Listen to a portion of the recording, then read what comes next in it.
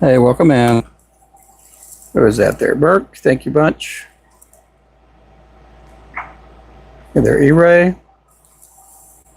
Hey there, John. Oh, somebody beat you to it, John. Somebody beat you to it. Appreciate you guys. I'm going to pour a little bit of lead this afternoon. I'm going to go back to tying here in a little bit and get some of these heads poured out. These here are 1/32 ounce.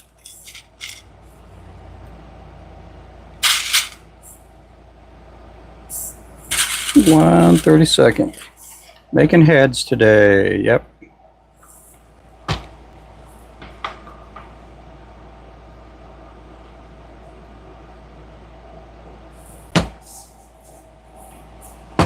It's not fitting in there. What's going on?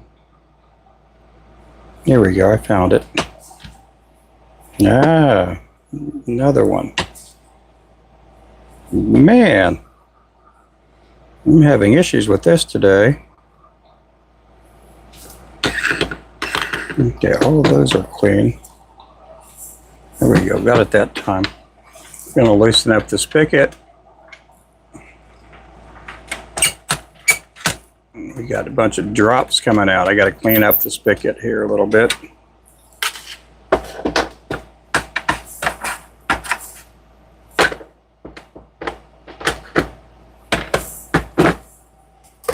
Get everything over here ready.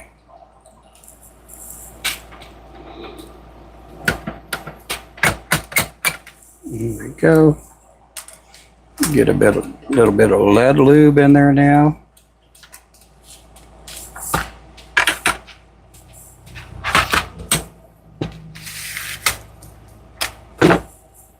Put one of these in there. Gonna smoke up a little bit. Here we go. Okay, let's go pour.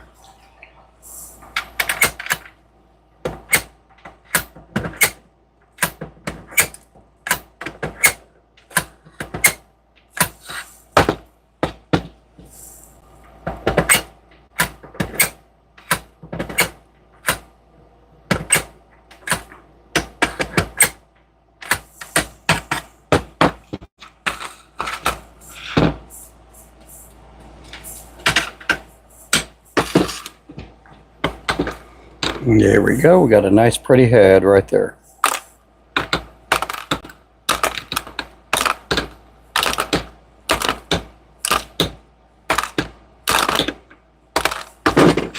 Those are 1/32 ounce.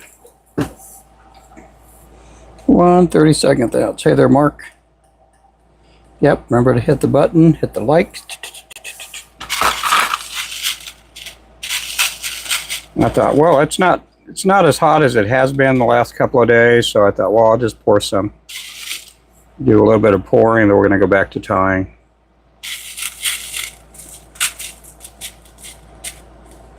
It'll be tomorrow. The post office doesn't come by today. And the shipping was it's quite a bit, but it's okay. You're not paying anything.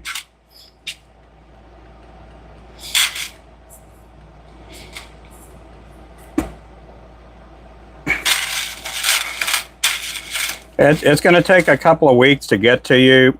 I did not want to pay $100 for shipping, so I just didn't want to do that. So it's going to be a couple of weeks.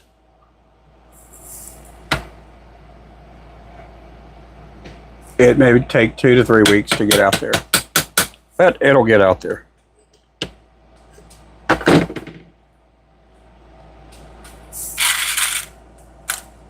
Yeah, there, Owen.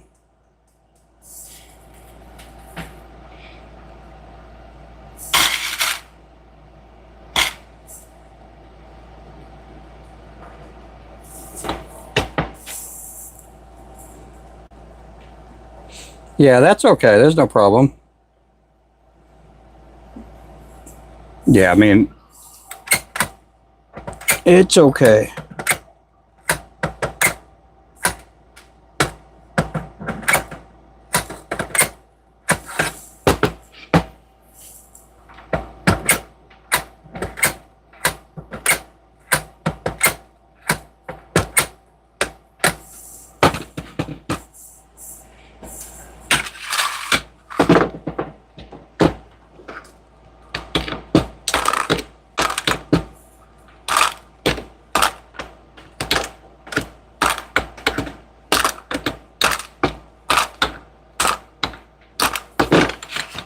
We've had a couple of orders come in today, which is good. We need them. Need as many orders as we can get.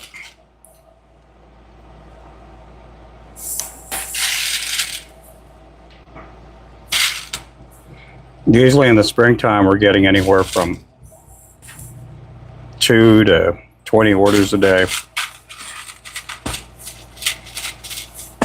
Oh, man.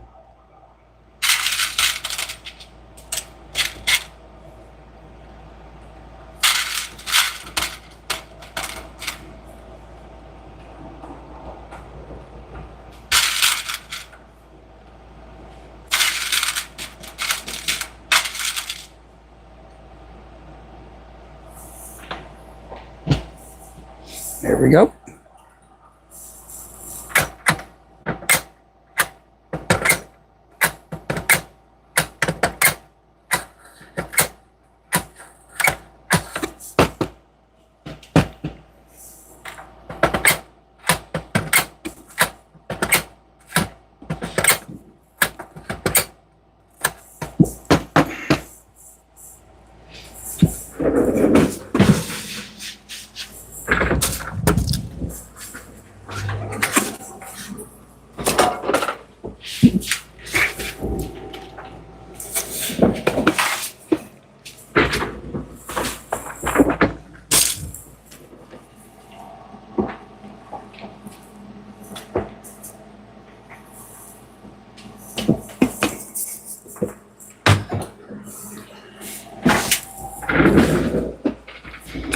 I ate lunch a while ago, and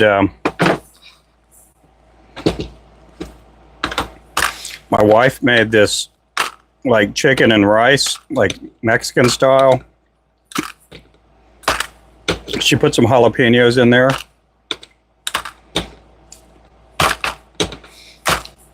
And she made some refried beans. And man, it was so good. But jalapenos they give me the hiccups. So they give me the hiccups. Let me grab my brush.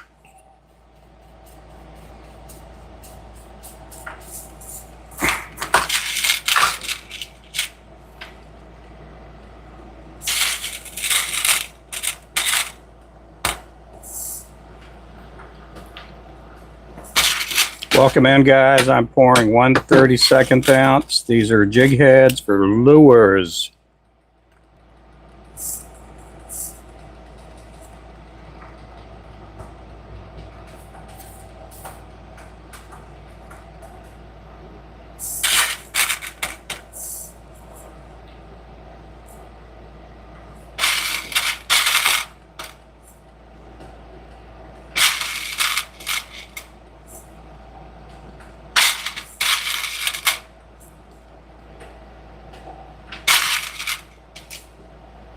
These are on a number 6 mustad sickle hook.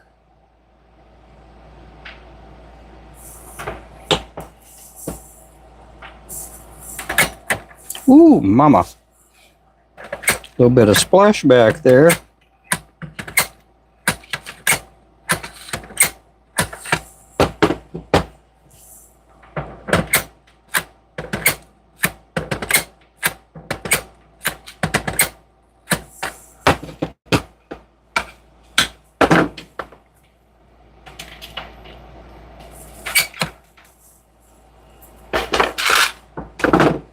Okay, let's go ahead and break these off.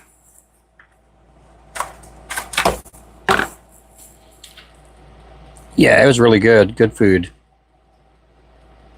Yeah, she made they're basically like chicken thighs. And they got to cook with the rice, and then she cooked corn on the cob of all things with it. What am I doing there? Okay, let's get this over here. We're going to try to get this a little bit filled up. Yeah, I was not expecting that for a lunch.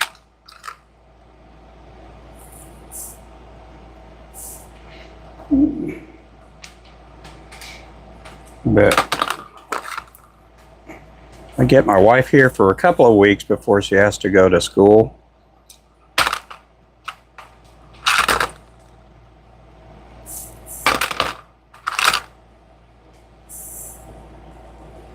Hey there, Ben. These are 160 or 1/32 ounce that I'm pouring up.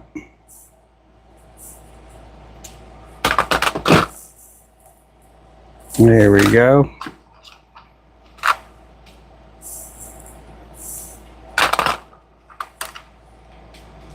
Guys, make sure to tap up the likes.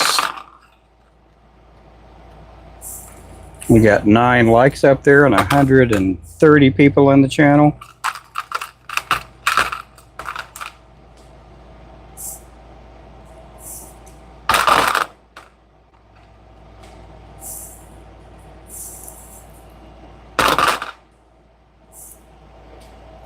We got 10 likes up there now. 10. Count them.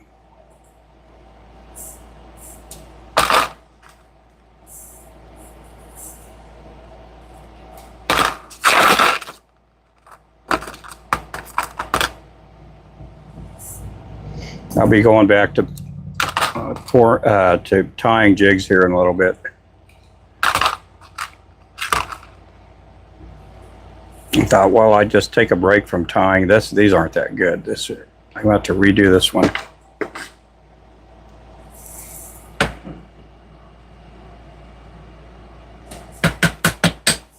There we go.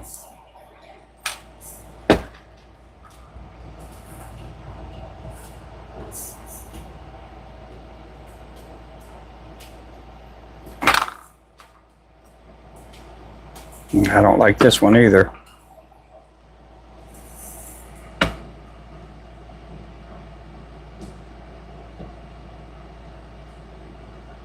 Get that to melt off. To re-pour it.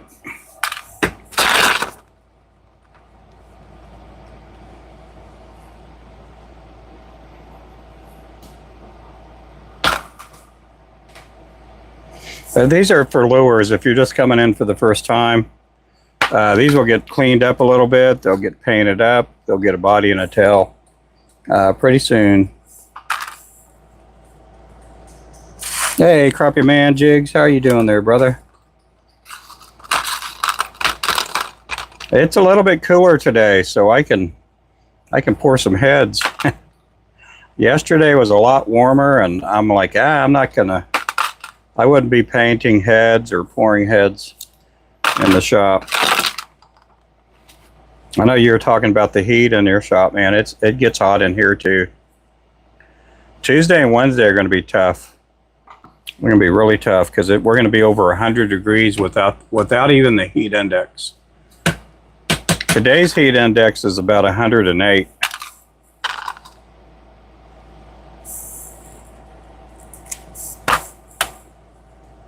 Yeah, I'm in the dark.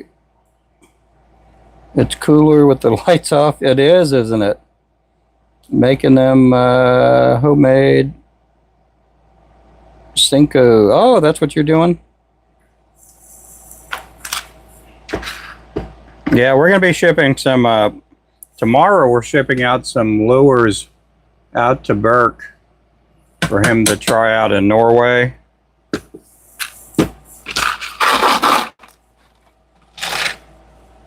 And it's pretty expensive, but it's going to be okay. He's going to get his stuff out there in about 2 or 3 weeks. It said 2 to 4 weeks, but they always get it there a lot sooner. They always get it out there a lot sooner. Oh my goodness, I just dropped me jig head on my lap. There have been a few times that I'll pour jig heads, and I'll go home and find a jig connected to my shirt or my pants. When I used to pour jigs in the house, I was so afraid that I was gonna walk on the carpet one day and I was gonna get my foot snagged on a hook. Hey there, Clint. How are you doing there, bro? Yeah, Clint was one of the winners of the giveaway we did on Friday, so his stuff will be shipped out tomorrow.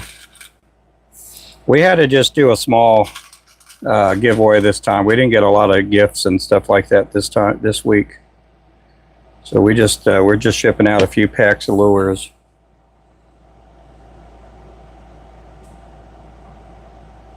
Oh no, that's no good. One night I was sleeping. This is way back when I used to do lures in the house. I used to tie them up we have a decent sized bedroom. I don't want to say it's big. And I'm laying down and I felt this poke and I'm like, hey, what's going on? It's in the middle of the night. I don't want to turn on the lights because my wife has to go to school. And so I'm there with my phone light, looking back then. Back when phone lights, the lights on the phone started coming out. They weren't that good. And I'm like, well, I don't know what it is. So I laid down. Well, the next morning I got up and I had these little poke marks on my hip. And I guess there was a jig that was, there was a jig hooked onto my undies. And so I'm glad that the barb didn't take hold or anything.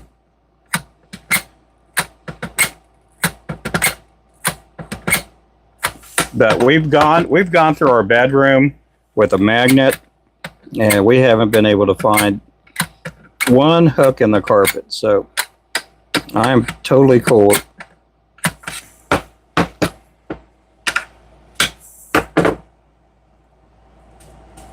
Yeah.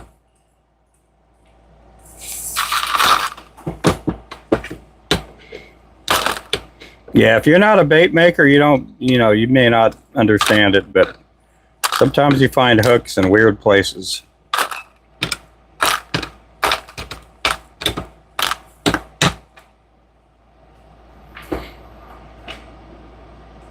I used to, and I wear, right now I'm wearing Crocs, but I had these other Crocs.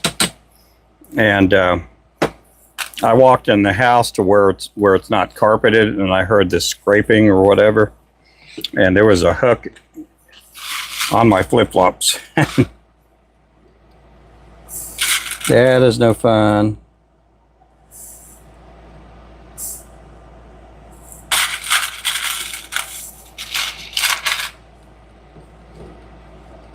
I've been very fortunate. I've never had a barb in my finger or my foot or anywhere on me. I've got poked a bunch of times doing what I'm doing, but I've never had the barb, sink in.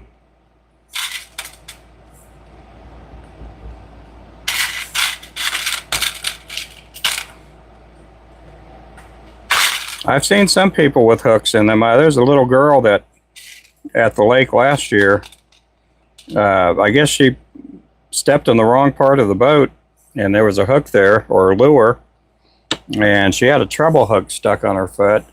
And man, I felt so bad for that little kid.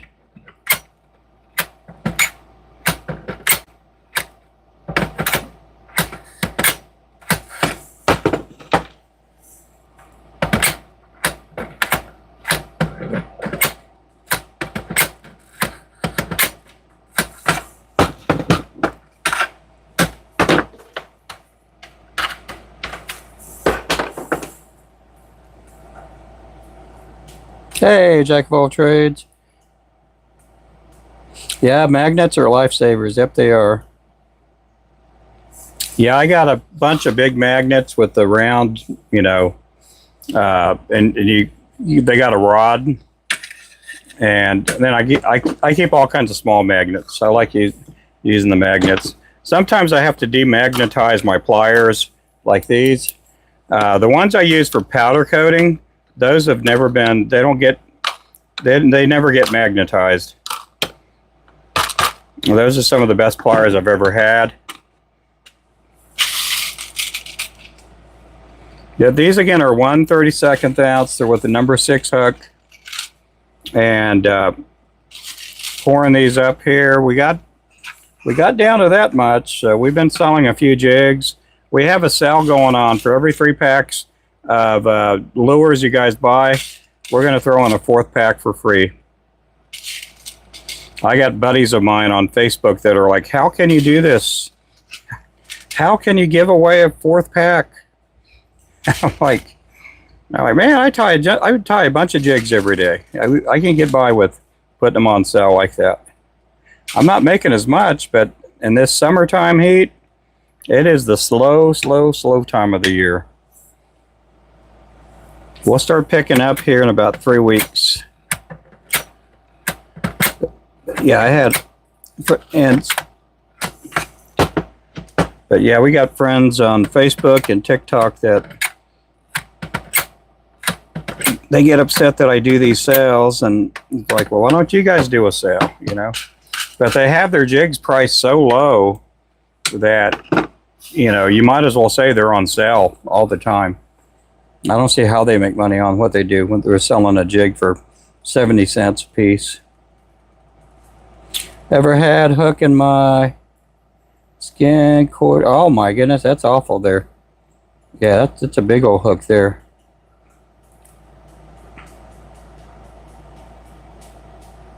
Yeah, if you go to our website, you order 3 packs, we'll give you a 4th pack for free.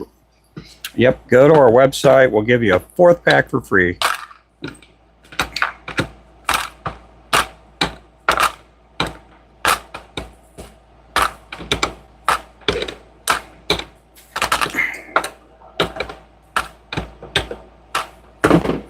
Let's see here.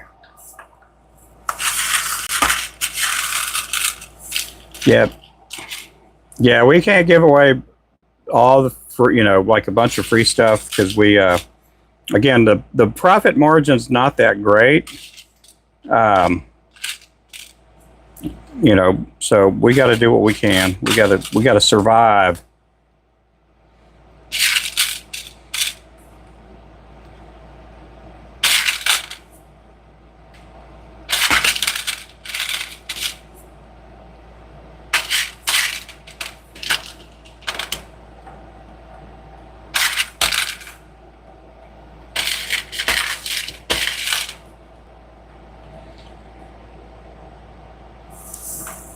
We got 151 people on the channel. Let's see if we can get 1,000 again.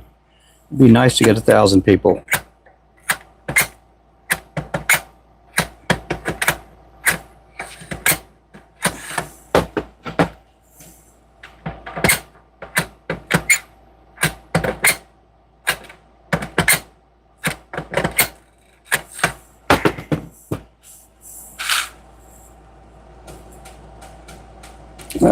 Let's see here.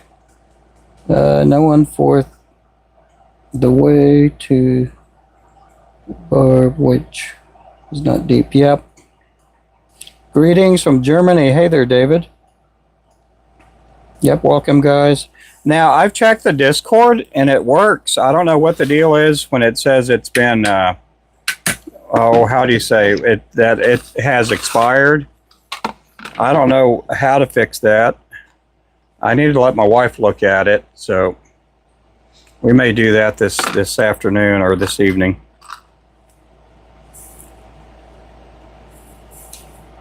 Welcome in, everybody. Thank you so much for coming in. We got 220. We got over 200 people on the like. 16 likes, man.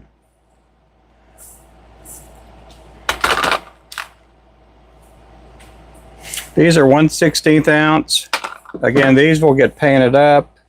They'll get cleaned up, they'll get painted up, and they'll get turned into something kind of like that. We do have a lot of lures on sale for $5 a pack. And right now, if you do order 3 packs of any kind of lure, they don't have to be matching or anything like that.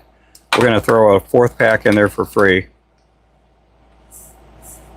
I am going to be tying up here in a little bit too, so I'll be back to tying shortly.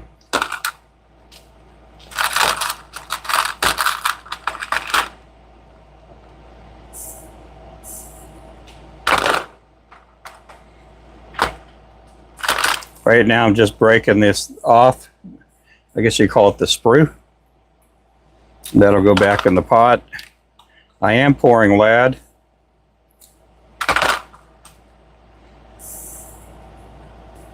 Yep, welcome in, welcome in. Make sure to subscribe too. We've been doing a subscriber drawing every Friday.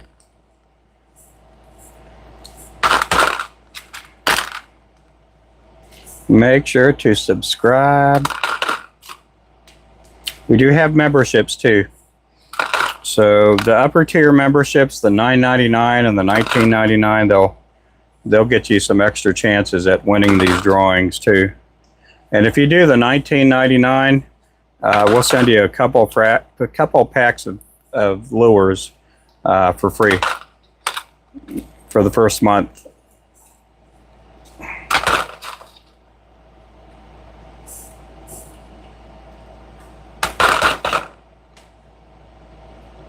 Oh, that's a bad one. I don't know, but yeah, I don't like that one. That looks too ugly.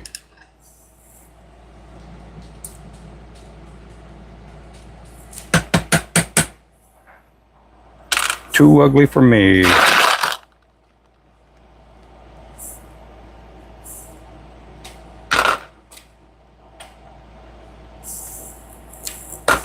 Hey there, John. How's the weather up there where you live at? I bet it's in the 80s.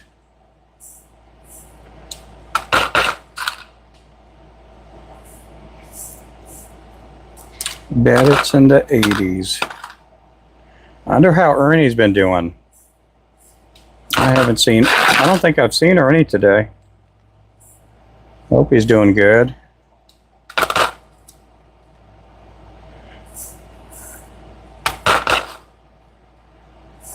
I think Ernie has a grandson that lives with him.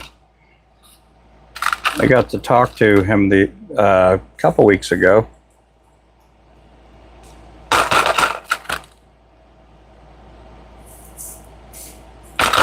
I got to talk to Ernie too.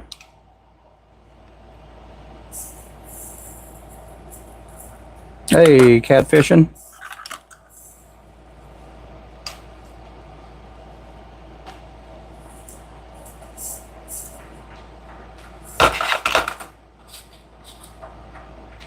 Okay, I got some of these that are not pouring the best. I'm going to do something to the mold here in just a little bit to see if I can fix that. Yeah, that one's... Yeah, I don't like that one either. That's going to be too wiggly of a head.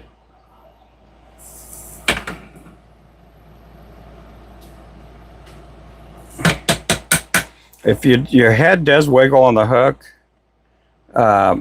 a lot of times the powder coat will fix it, but sometimes if it gets too loose, it's just not good. Not good. Oh, look at this one. This one poured really clean. I wonder what the difference was. I'm just going to leave it. Yeah, those came out really clean right there. When they come out clean, they do break a lot. They break off a lot easier, and you don't have the wiggly heads.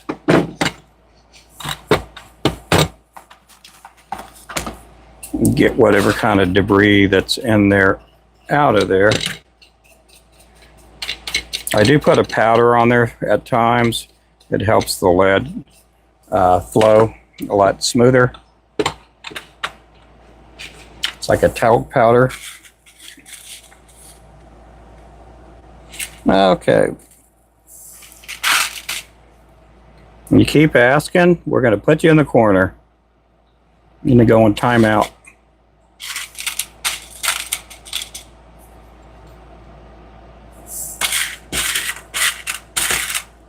Hey, welcome back.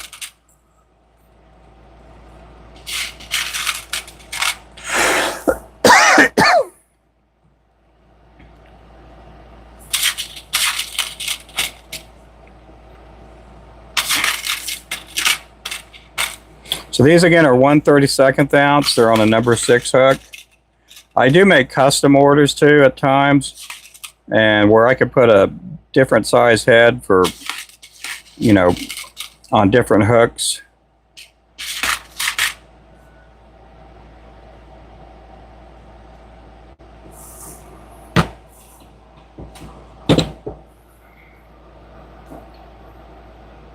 If you're needing something, let me know. Just go to the website, leave me a message. I'll shoot out a price.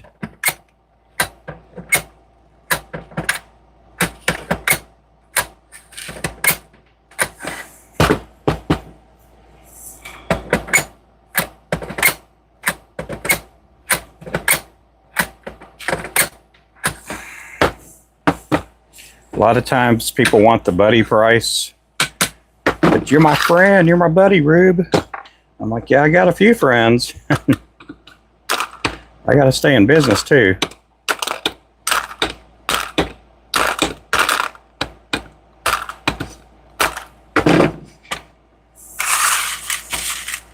Hey there, Tim.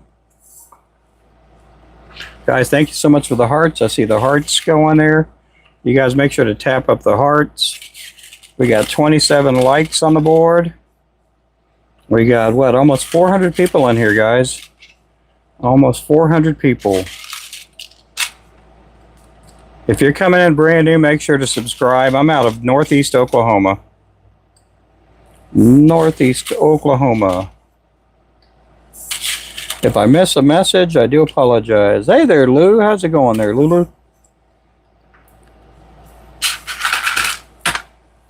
I shouldn't call you Lulu because you probably don't like Lulu. So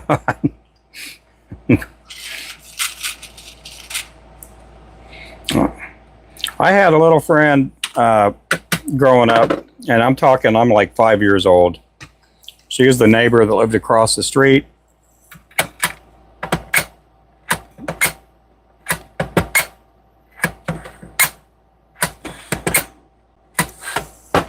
Her name was Louise Josephine, and I cannot remember her last name, but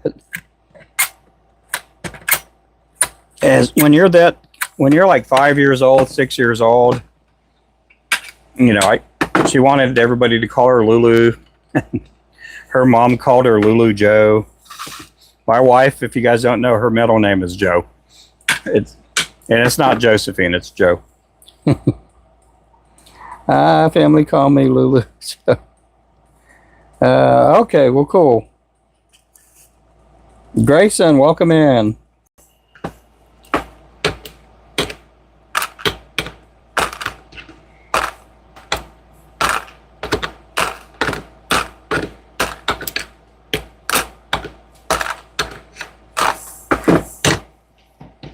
Appreciate everybody in here. Ooh, what was that sound?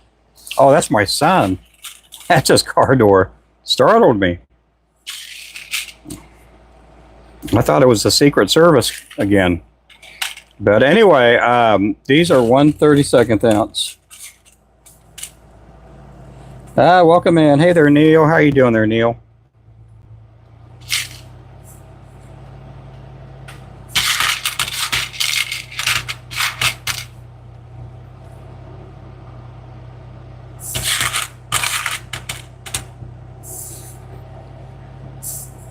Welcome into the chat.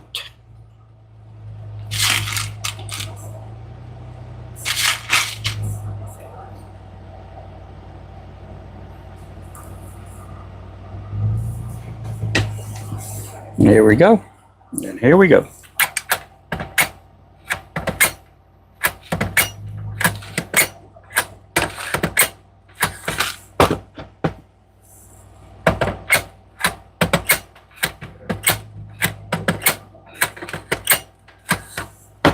Okay, I'm going to do something a little bit different here. Let's go up here. Boom. Boom. Oh yeah, I can see a lot better now. I don't have to bend my head down so much to see the messages. Appreciate that. Welcome in, everybody. What am I creating with these liquid metals? I'm creating lure heads. Yeah, these are 1/32 ounce. They're kind of small, but they'll get cleaned up. They'll get powder coated with the head, and they'll get turned into a lure. They'll get turned into a lure. Appreciate you guys coming in. I'm using lead. Lead.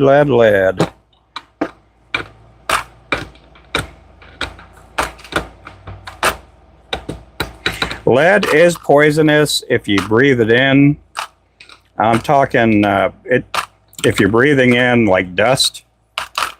It's also very dangerous if you get it in your bloodlines. I mean, they used to make bullets, and they still do with lead, but it's hard to get lead poisoning unless you drink it or smoke it or whatever, you know.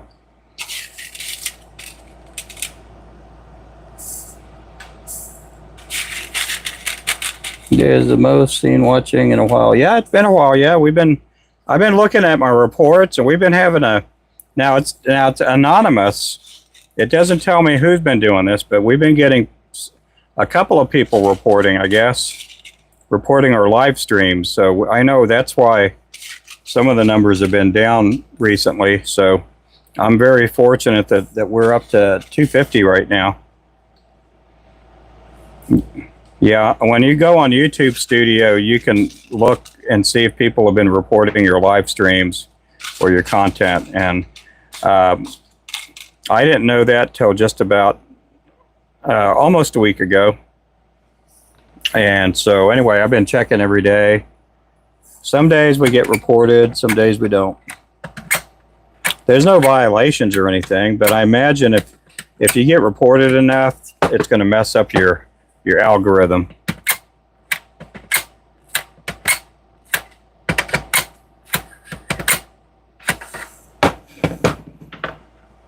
Oh.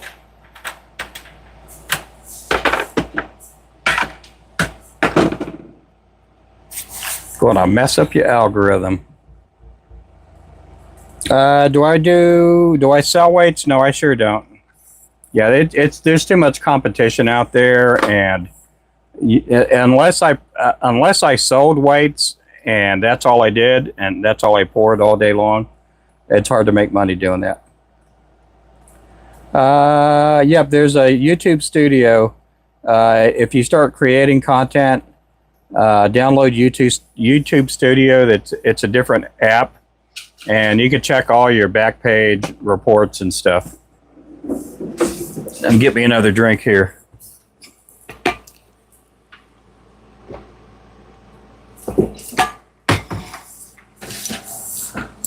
Yeah, and so I didn't know that there's a way to look at your backside on your YouTube channel, and you can see if people have been reporting your channel, and there's a way to look at that. Now, I've been getting help from Copyman Jigs too. He's been showing me a few things.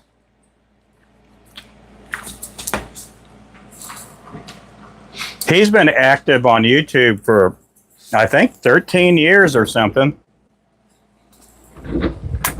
He's only been doing live streams for about a year. But he's helped me out, you know, a bunch. And then Brian also, he's helped me out too. Ties Flies.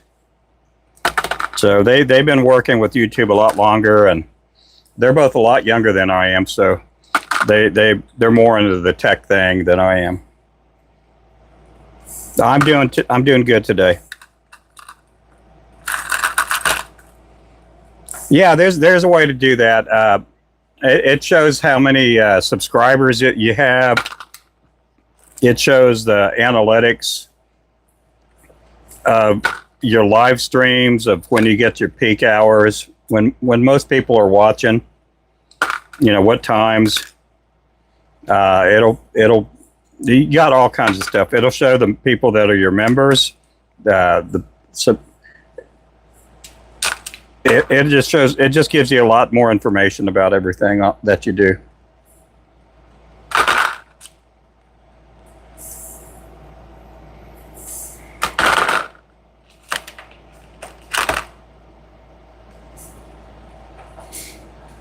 What it doesn't tell you is the people that, and again, people can report you for any little thing. They could say, oh, you're pouring with lead and it's hazardous and blah, blah, blah, blah, blah.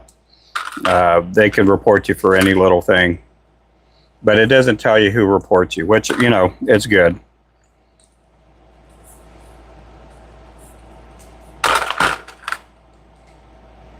You'd have a lot of YouTube wars going on, which there are. There are a bunch of YouTube wars as it is. You get these people that have like 1 million followers on or subscribers on TikTok, or not TikTok, but on YouTube, and somebody leaves the group to start their own thing or whatever, and then you get people, they'll start reporting their videos, their live streams, and it's just a mess. But I'm small time. I'm pretty small time. Let's see. Hello from Russia. Why do you use lead, not tin or brass? Tin and brass, they're not as heavy. You'd have to have a big old head. Lead is poisonous if you're breathing in a lot of dust, or if you're injecting it in your veins. Right now, is the lead here? It's just sitting on the boiling pot. There's no fumes going up. The only fumes that would be rising at the temperature I'm melting it at would be any of the toxins that are in there, like oil, any resins. But sitting at about 650 degrees, there's no fumes going up.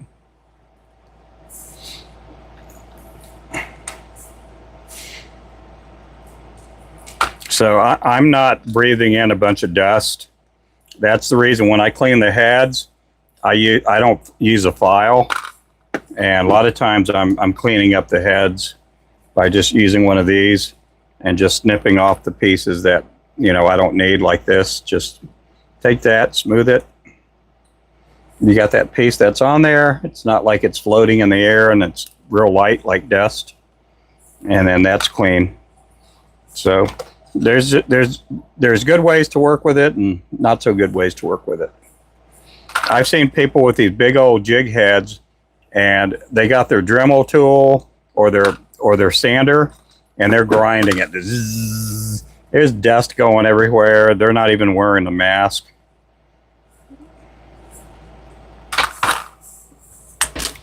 I'll tell you what, there's a guy on TikTok about 3 or 4 years ago. He's in his kitchen. He's using like a soup pot. Now, I imagine they aren't eating out of that soup pot, but it's a small pot. And it's the kind of pot that has a handle on it, kind of like that. And he has it on his stove, and he's melting lead like that. Meanwhile, on his live stream, you got his wife walking behind him. The kids are all walking around. The little dog they had is walking around in the background. I thought, oh my goodness, that's the kind of guy that needs to get reported there. He's doing it in his kitchen. Yep, settle in and enjoy. Yep. No, I've had, I wouldn't necessarily say the EPA, but when I did a live stream a few years back, we're talking 4 or 5 years ago, when I first got into the shop here, there was a couple of people that were really saying that, I'm harming the environment. Why am I not wearing a mask and a chem suit, a hazmat suit? And it's like, golly, I've been, I've taken classes with the federal government to work with lead and around it. And, so I'm kind of explaining, all my credentials. And next thing I know, I get this knock on the door, and there's 3 people from the city that are coming out.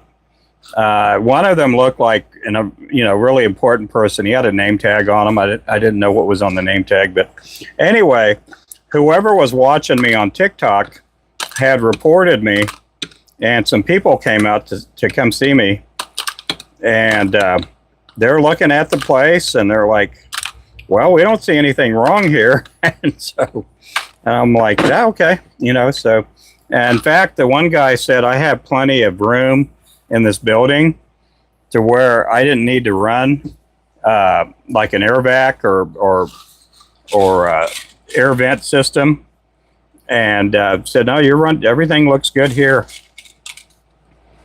And that was the guy that looked like he came from a factory or, you know, industrial park or something. And so anyway, it's safe if you know how to work with it.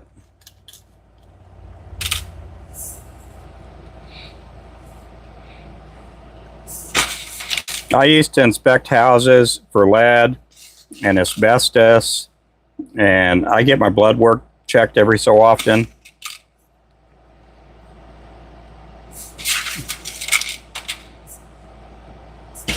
So my doctor, she'll tell me that, she'll ask me if I've been eating lead or drinking it. I'm like, no, nope. Her husband works at a plant in Pryor, Oklahoma, and they work in and around lead all the time, so they're always doing lab work on them.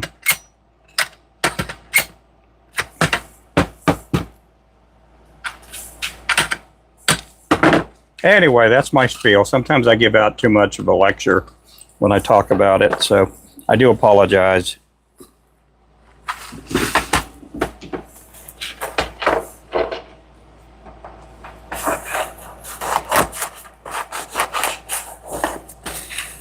No, I'm taking care.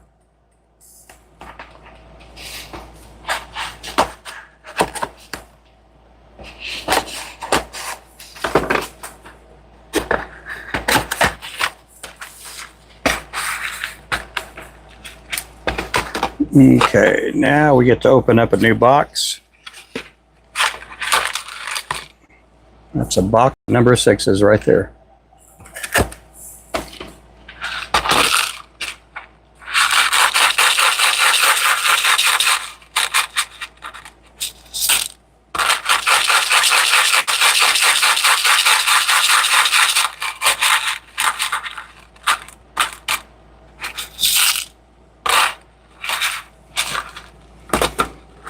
So anyway, this is basically lure making, guys.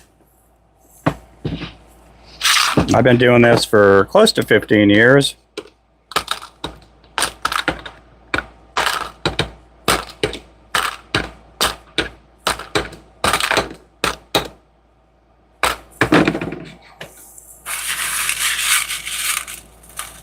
I'm making lure heads. These are heads for lures. Yeah, once I cut the sprue off, they'll look like that, and then I'll clean them up a little bit, and they'll get powder coated, and then I tie a body and a tail on them. So some people call them crappie jigs, some people call them flies, some people call them lures, some people call them jigs, but that's what I'm making right now.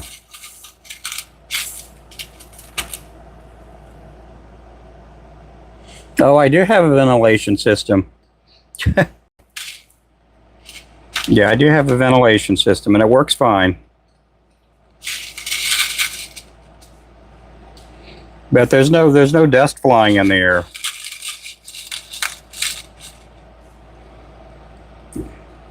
I'm probably one of the most, how'd I say, people that has all the, I'm probably one of the most certified people to work with this. I took courses years ago to work with lead, and I wasn't even making lures back then. I was just working for an agency that worked for the government.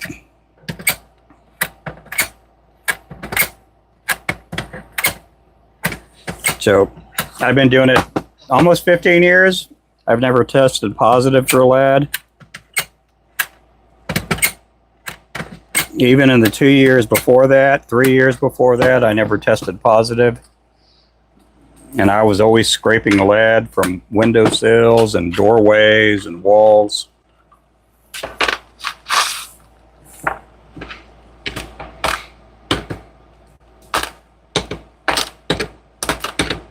I know the biggest opponent of lead are the people that pour other kind of weights. And those are the people that don't want lead around because they want people to buy their non-leaded lure heads.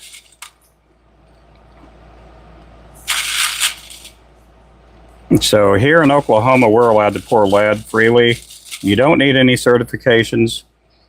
Some states like California, I want to say Oregon, Washington, states on the East Coast or the West Coast, they prohibit it.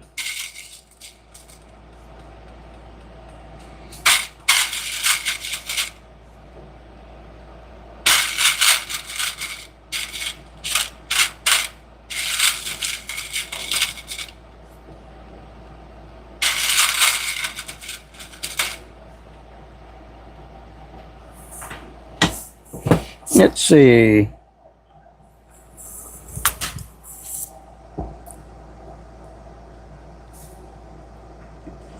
Yeah, I'm not swallowing it either.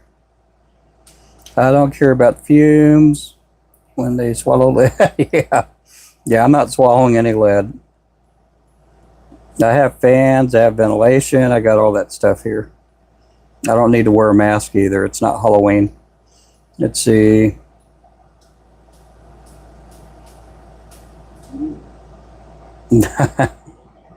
Just reading the stuff here, guys.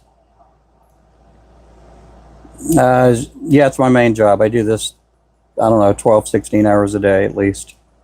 Yep. My main source of income. My wife's a school teacher.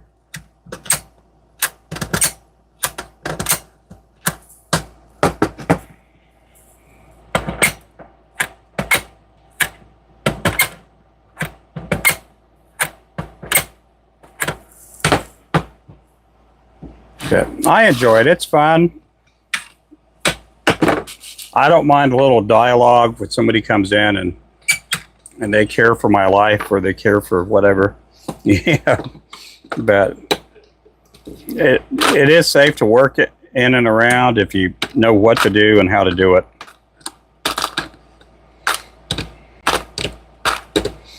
I've seen people pour lead out of their house, and that was me at one time. I had a fan blowing out towards, out the window when I did it back then. But when I see people on these different channels and they're doing it out of their kitchen or whatever it be, their dining room, that's the part that's kind of scary. Or they got little kids walking by, because it doesn't take much to knock over a pot and you got lead everywhere. Or if you throw something wet inside the pot, it'll splatter. And I learned that lesson a long time ago. I put a sinker in the lead pot, and I thought it was completely dry, but it had a little moisture on the inside of it. It was like an egg sinker or something, and it splattered everywhere.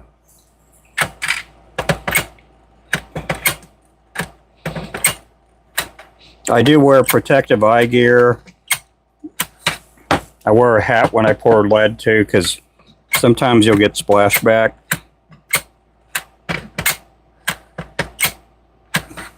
But I've never had any hit my face. I've had a piece of lead hit my glasses,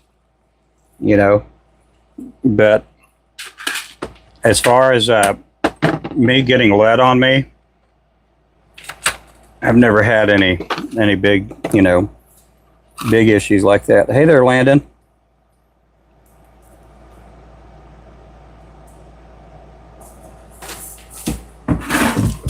Yeah, everybody's entitled to their opinion. Yep. Yeah, I've been doing it so long, and I've never, had lead poisoning.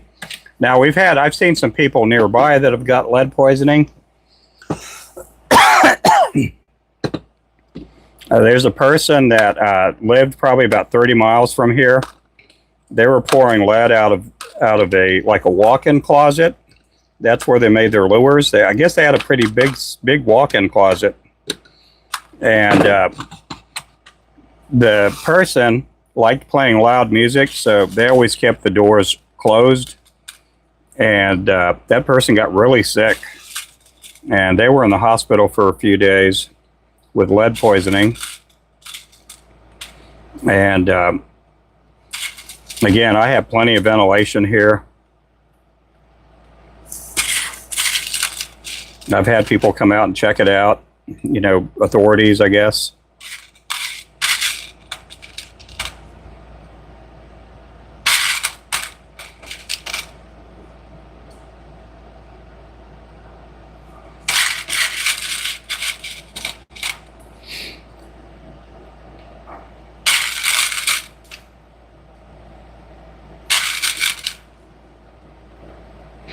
Anyway, let's just talk about lures. Let's talk about lures.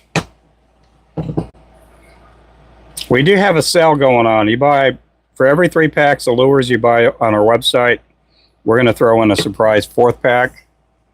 And so we've had a couple of people take advantage of that today.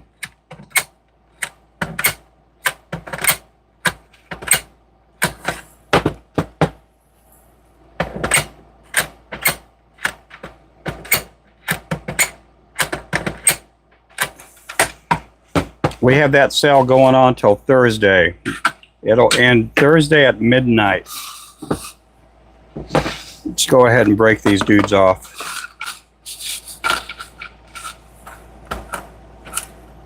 Hey there, Randy. Hey there, Showflies. My job before making lures, I worked for an agency that worked for the government. And I used to inspect houses for energy efficiency, and then I would check houses out for lead and asbestos, molds, things like that. And sometimes I was called out to places in Tulsa, and that agency, they had, I think, seven or 8 counties. So sometimes I'd be on the road to the very north part of Oklahoma, and sometimes I'd get down to pretty close to Eufaula, Oklahoma, down in that area. Sometimes I get calls to go inspect houses for the Historical Society. There was like some remodeling that needed to take place, and they wanted to know where the lead was in these houses. They couldn't, you know, take paint off, but I would do a little scrape test and test them for lead, and then also asbestos and some other things. So I did that. I got hurt on the job one Friday, and was off work for a long time. And that's when I started crappie fishing. And I'd never eaten a crappie before then, and started crappie fishing in my time off from work, and got into making lures. And, you know, here I am 14 and a half years later doing what I'm doing here on YouTube.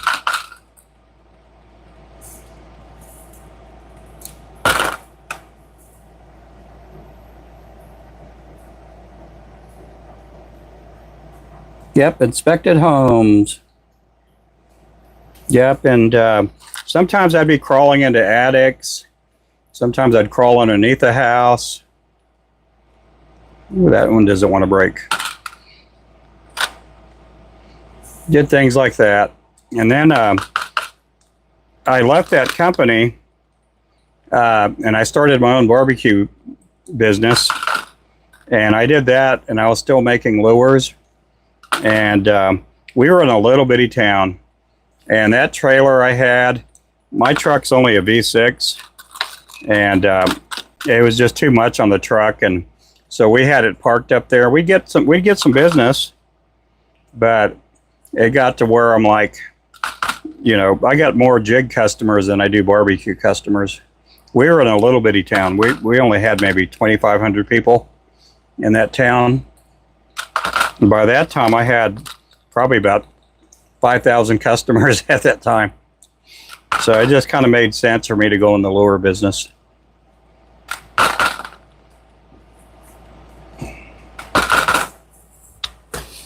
Yeah, making lures is so much easier than being in the food business. You don't have to worry about refrigeration, spoilage. You don't have to worry about temperatures. You don't have to worry about, you know, waiting for a customer to come to your place. Yeah, we do sell painted jig heads. We have the 32nds, the 16ths, and the 1/8ths on our website. We do have Aberdeen hooks that we have unpainted too. We have plenty of those in stock, and they're cleaned up. They're ready to paint. And we do have a website. It's rubenfloresjig.com.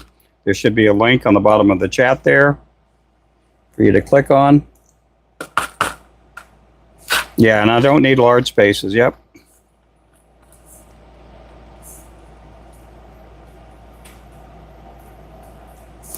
Started uploading epic videos this week on my channel. Oh, cool.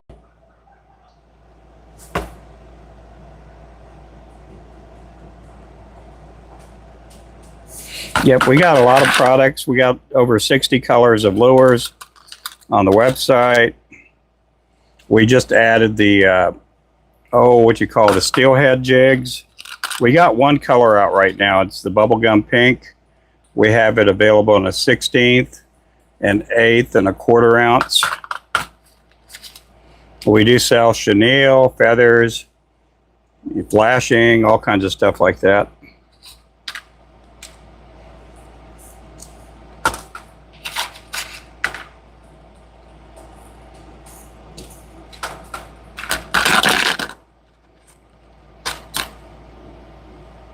And right now, I think we have maybe 2 packs of the Hulkster jigs left. And I'm not going to make any more for a while. So we do have 2 packs of the Hulkster jigs in a 16th. And I think we have maybe 2 or 3 packs of the 1/8 ounce.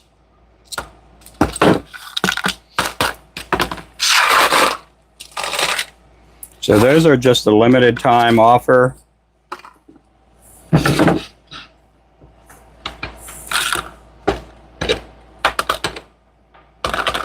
I am going to go back to tying here shortly.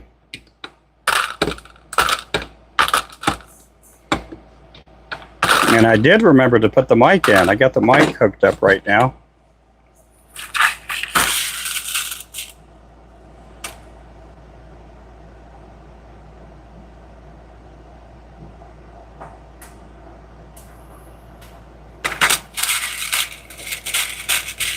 Yep, welcome in everybody.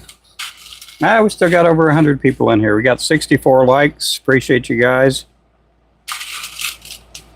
I'm just pouring up these jig heads. We're going to do some 1/16ths too in a little bit. The 1/16ths will go by faster. They're easier to pour. I don't have to flip the mold over.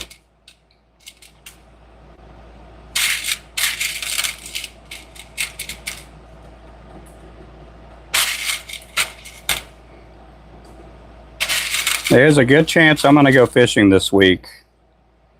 There's a good chance I'm going to get to go fishing this week.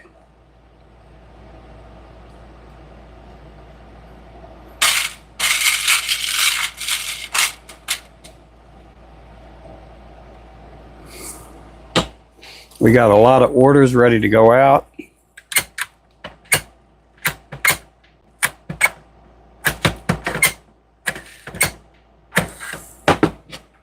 We've been kind of slow, but we've been getting some orders trickling in.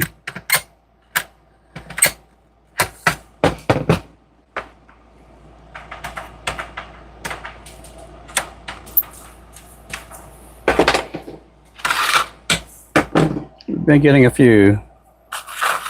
These are 1/32. Yep.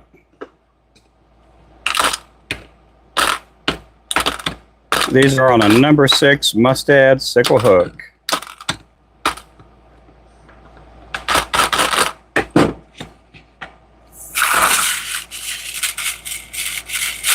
Hey, Mr. Wayman. I'm doing good. Just had a big old lunch a while ago. I can't believe my wife cooked like a big lunch.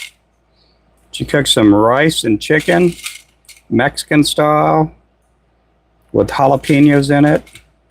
She made some refried beans, some corn on the cob, My wife must have been hungry. Ruben has an amazing way of tying jigs. Well, thank you there, Lou. Hey there, Sasquatch. Who makes the mold on this? I don't give out this mold here. All right, there's a lot of molds out there by Fat Boys and Do It and stuff like that. I don't give out this mold here. I give it out maybe once a year. Once a year, I'll tell everybody where I get this mold from, but I don't get any financial gain or anything. A lot of times I have to deal with people that I compete with. They want to use the same molds I use. I'll give out the hook company I get my hooks from, but not on all the molds. Some of the molds are some of the molds I use are custom too, so.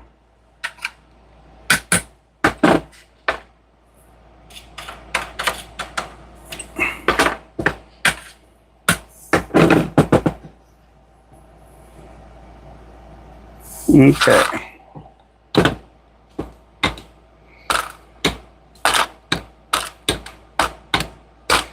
Yeah, I've tried talking to this fellow that makes this mold, and he doesn't want to do any business. So he doesn't mind me buying molds from him, but as far as me sharing his company out, I just don't share it.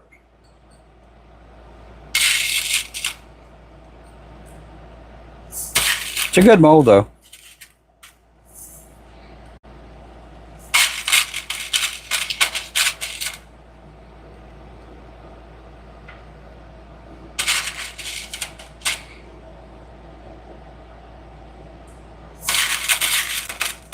Hey, Devin, how's it going there?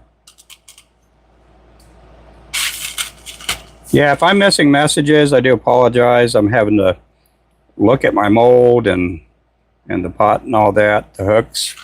I don't want to poke myself.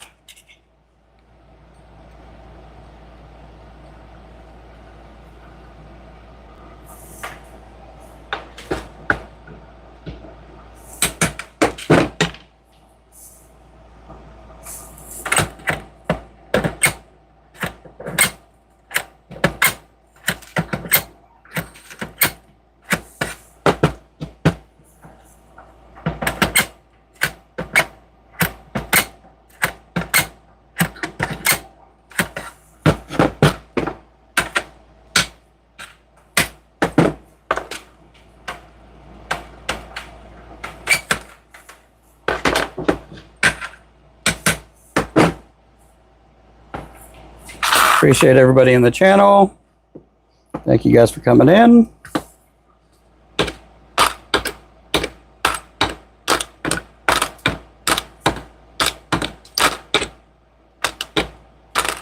These are Welper pliers, pliers for welding. I got into using these, I don't know, about 12 years ago, 13 years ago.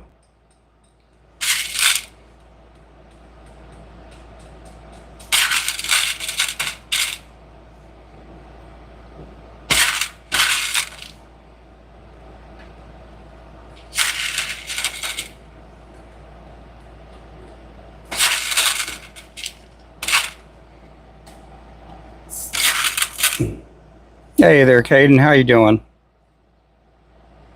Just pouring up some jig heads.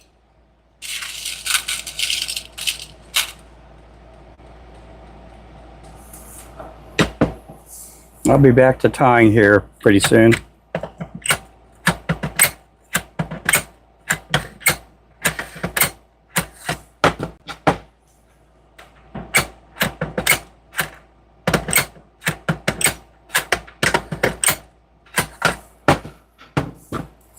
I'm doing pretty good though. Gonna go fishing soon. Good deal.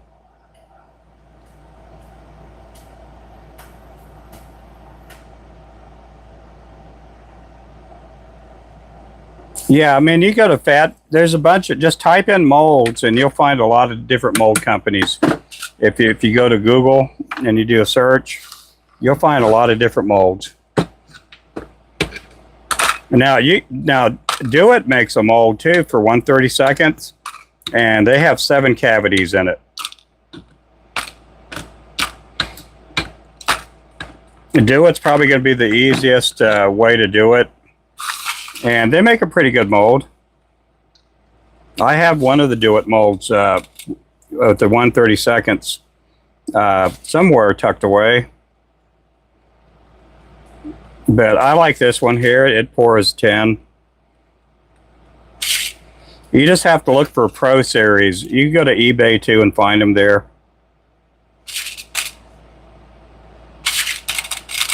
And just a little bit, I'm going to be using a Do It mold for 1/16 ounce.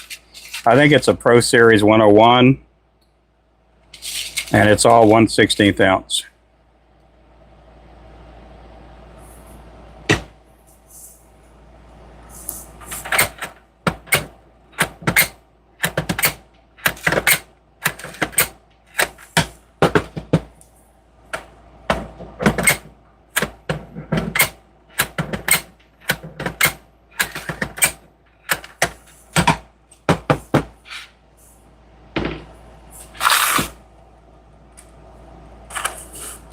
Hey there, Clint. You got the best mods. Yes, I do. We have some really good... Oh, mods or molds? Ah, I got both. Best mods and the best molds. I might have the best moldy mods, too. Yeah, my shop is a little bit moldy. I got a lot of molds in here. I got about 200 molds. I'm hoping I can get a spin caster soon. We had our spin caster break down a while back, and I haven't been able to fix it. So we're going to have to get a new one day. And I won't be pouring as many jig heads like I am right now. I'll be pouring like 2 or 3 dozen at a time.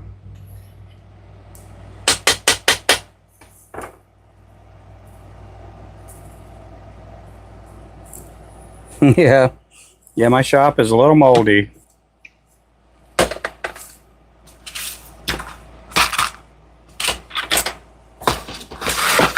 Okay, we're going to put these up. We're going to bring out the number 4s here in just a bit.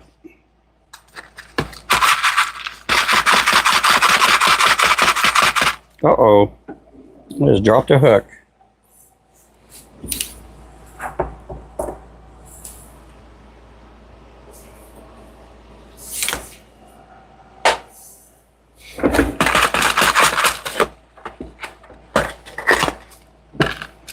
Yeah, my very first mold was a 1/80th ounce. And that was the very first mold I ever bought. I didn't know much about lure making. All I knew was I wanted to make 1/80th ounce lures. And then I just worked my way up from that. I got a 64th ounce mold, and then a 32nd and a 16th ounce.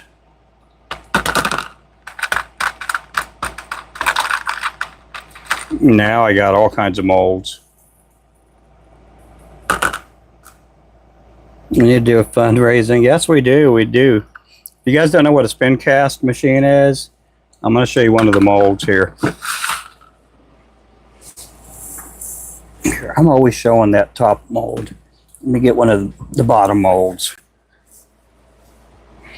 Okay, this is a 1/8 ounce minnow head. So you put your hooks in there, and this is a minnow head with a bait keeper. You put your hooks in there, and then you cover this up. You put it in the spin cast machine, and it spins like super fast. And then the lead will go in here. I have a spigot. The spigot looks like that right there. And when it's spinning around at I don't know how many RPMs, it'll like shoot it out. And and then you take the cover off, and then you don't take, you got to wear gloves when you take the cover off, and then you grab your pliers, grab the middle portion out, and they all come out. You just break them off. This one here pours 2, 4, 6, 8, 10, 12, 14, 16, 18, 20, 22, 24. This one pours 2 dozen. And with this, I could pour probably, like, I don't know, anywhere from 5 to 10,000 heads a day at least. If you get 2 people working on it and they're pretty fast, you can pour 20,000 heads a day.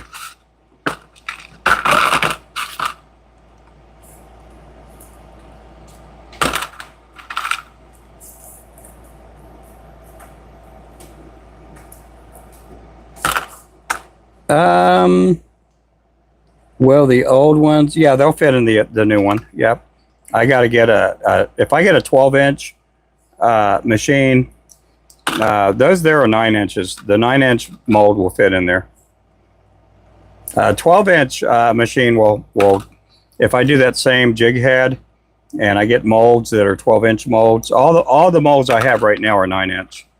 So they'll fit in any 12-inch spin cast machine. I have molds for what do I have? Bass heads, molds for casting spoons, sinkers. Well, thank you there, Wayman. Oh, appreciate that. Oh, let me tap that like. And let me tap that heart. You can throw some W's up there.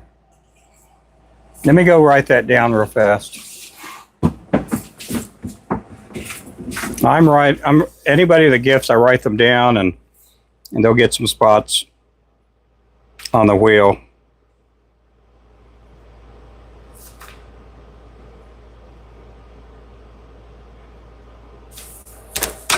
Here we go. So yeah, a new machine will cost about $6 grand.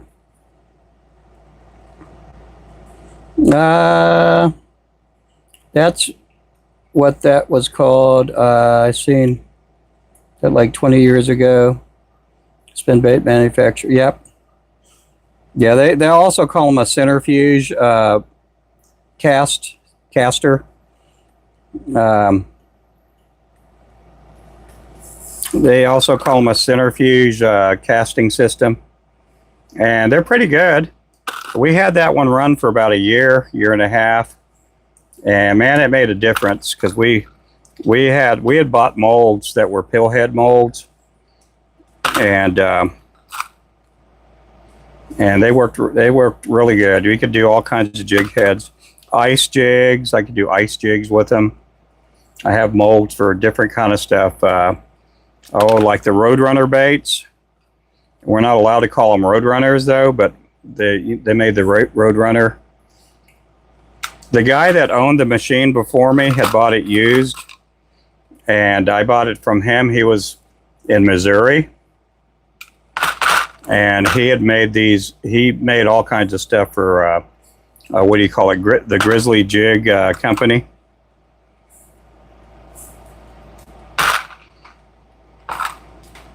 But it's a pretty cool machine, though.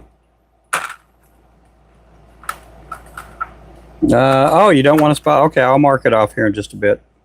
I appreciate that, though.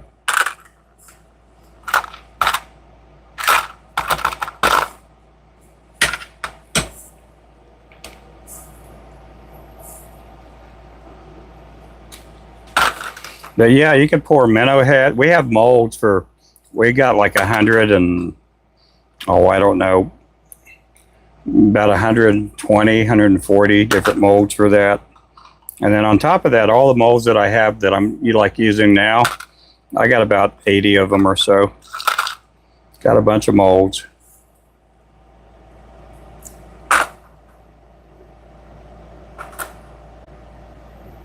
Yeah, it's somewhat easier.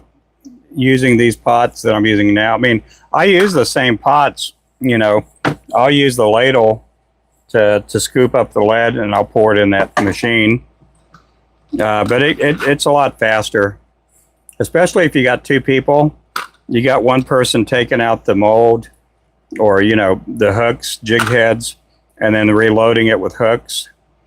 If you got three people doing it, you can do, I don't know, 20 to 30,000 heads a day at least. You can do a lot of heads. But if one person's doing it, I could do, you know, an easy 5,000 a day, you know. Right now, I could do a couple thousand a day if I'm just doing what I'm doing here.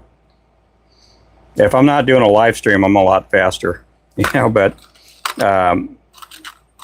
I enjoy doing the live streams for you guys. We had it on one live stream on TikTok before it broke down.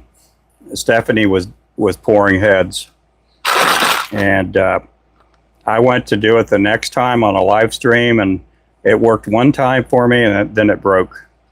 We probably put about $600 trying to get parts and stuff to try to fix it.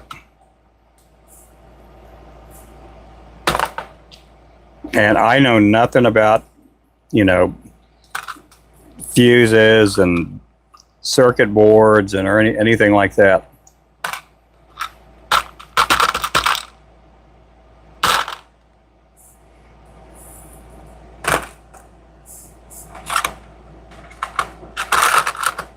Hey there, Corey.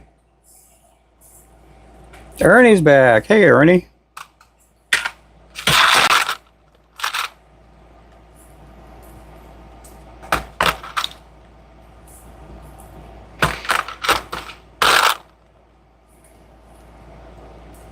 But as far as doing a live stream, I think some people would get a kick out of seeing me use that machine. It does make a lot of noise, though. I definitely have to wear a mic for it.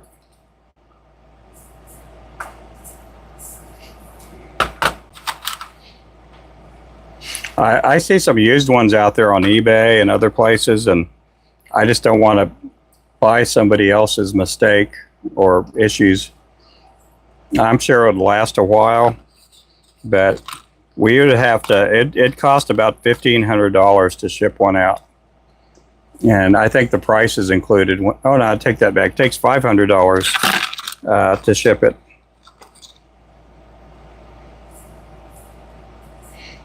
But I'm hoping I can get a new one. I'd like to get a brand new one. That way we don't have to deal with, you know, somebody else's broken machine. And I think that's what we got when we bought this one here.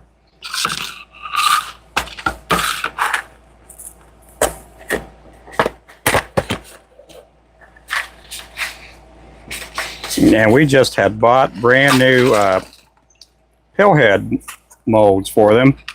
And the stinking pillhead molds were like $300 a piece. They were quite a bit.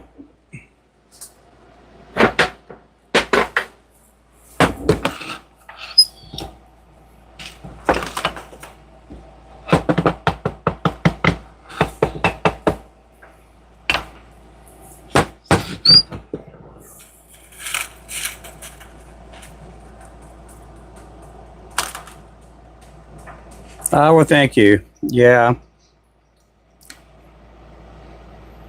Yeah, I hope we get a new one.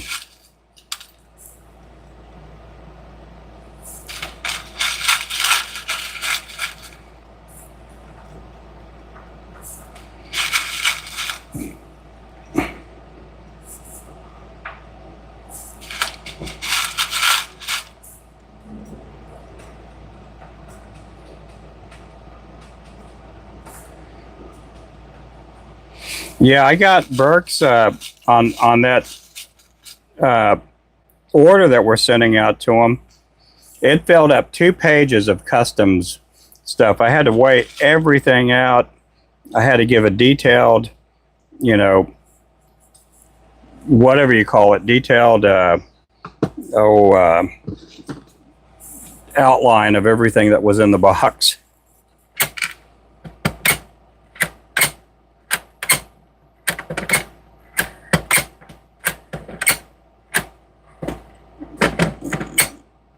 It took me about an hour and a half to figure it out.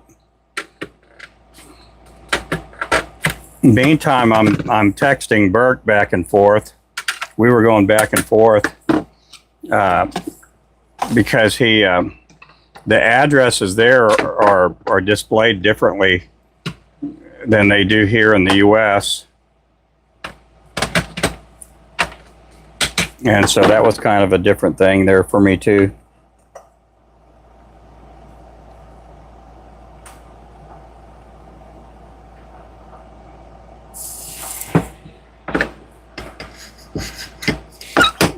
Okay, there's the 1/16. There's our little solo. I'll put that over there, let that cool off.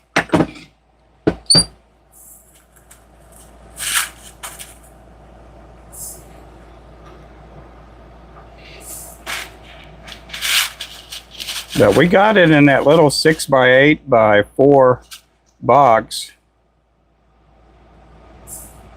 I hope he gets it soon. I hope it doesn't take him a whole month to get it.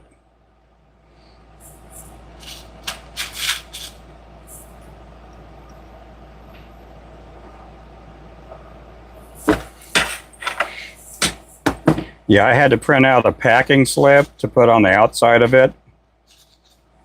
And it has all the details on everything that's on the inside of it. And then on top of that, it has even on the what you call the postage label on there, everything on there too. So it had to be a big postal label on there. So everything is snug. It's not going to shake around. Shouldn't have anything damaged on there, I hope.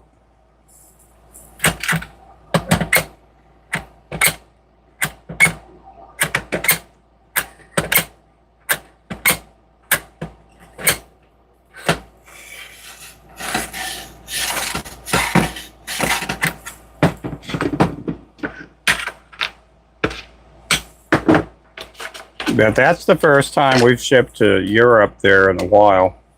It's been a while since we shipped to Europe.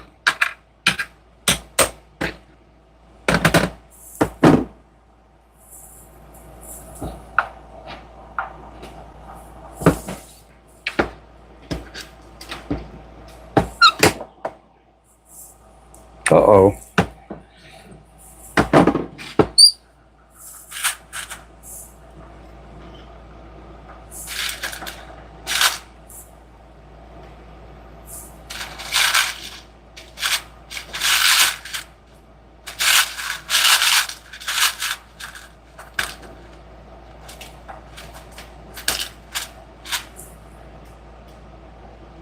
Anyhow, these are the 1/16 ounce. These are with the round head. These will have a number 4 mustad sickle hook. Appreciate you guys hanging out. We got 155 here. We got 86 likes on the board. 86. I'll tell you something. All I was thinking about was returning to watch Ruben's live. Oh, well, thank you. I appreciate that. You got some friends in here now, Lou. Yeah, we've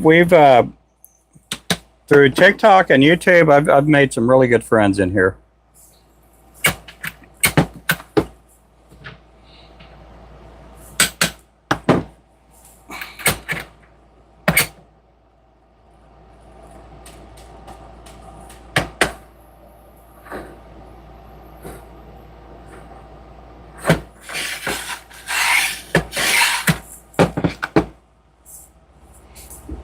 I enjoy my time with you guys and gals.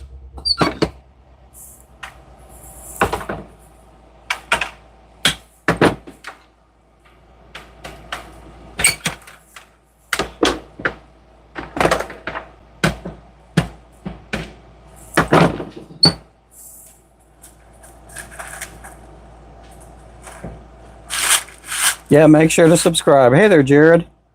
Is it worth all the time to clean and pour your own heads? If you got the time and space, yeah. If you don't have the time and space, probably not, you know. I mean, I got a full-on shop here, so I got a different workspace for painting heads, for putting eyes on them, for packaging.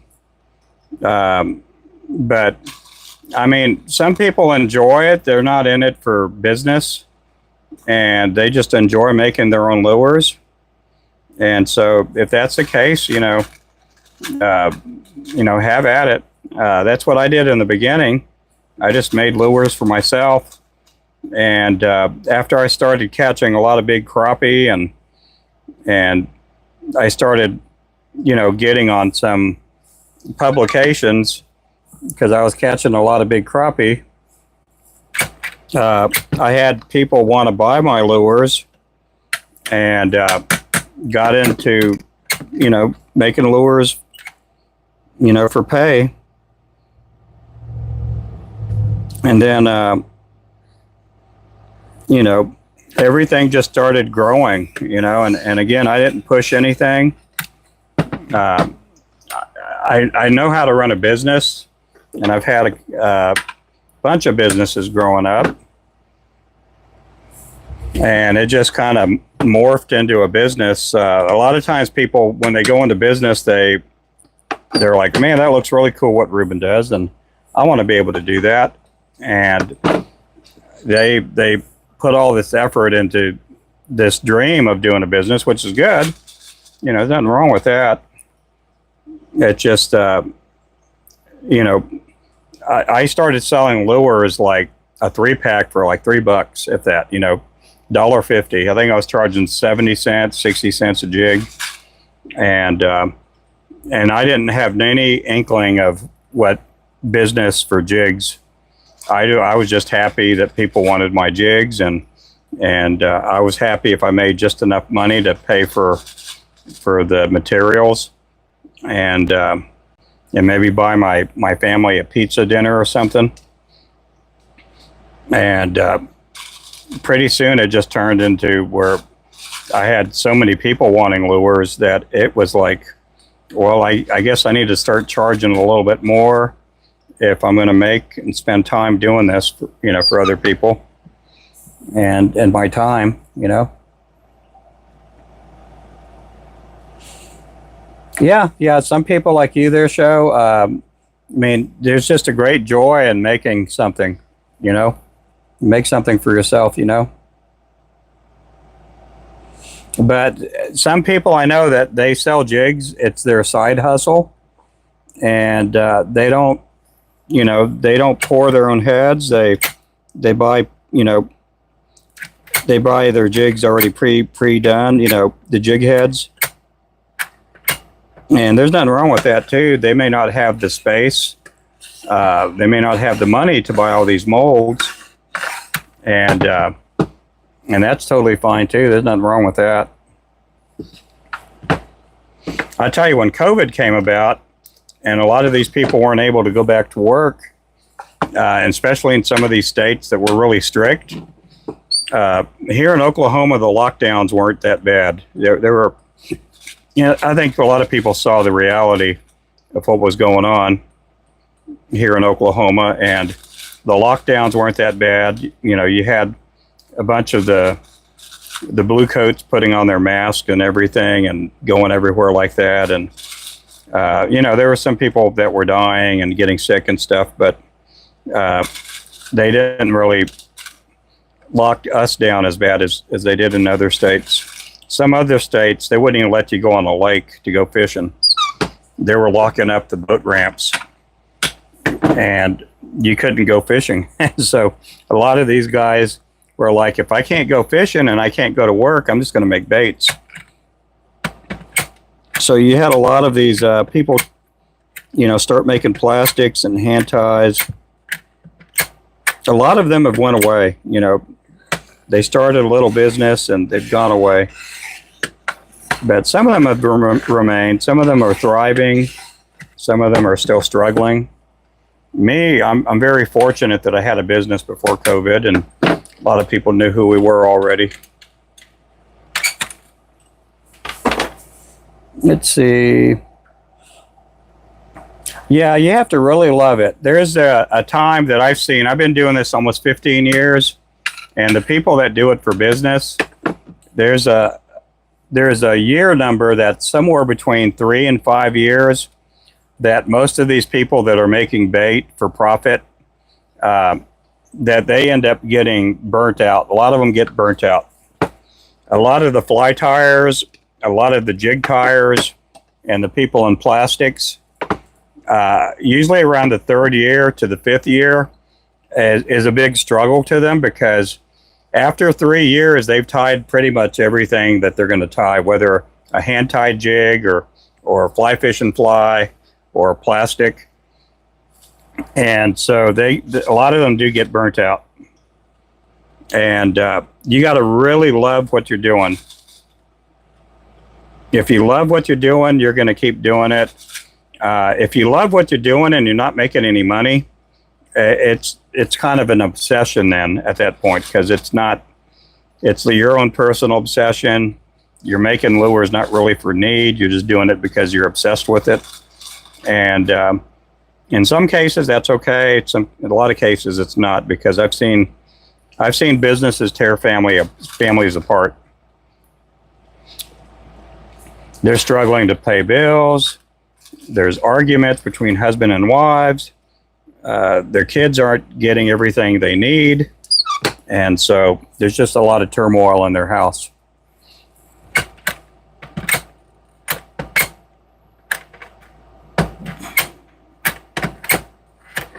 That's why when I started growing this, and again, when I say I started growing it, we had customers. We had a lot of customers. And so it wasn't like I had pushed it and advertised and marketed to grow the business like big. It just all naturally came, I think. I did do some marketing, but not a whole lot. That's why I tell people, if you're going to get into a business, make sure there's a need for your business. If there's not a need for your business, you're just doing a business for yourself, self-gratification.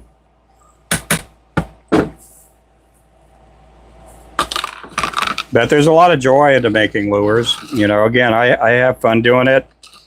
I was making lures even when I wasn't, making money or anything. I had a regular job like everybody. It is therapeutic, yep. Sometimes I say a lot of negative things about the business, and it's because you got people out there that will leave.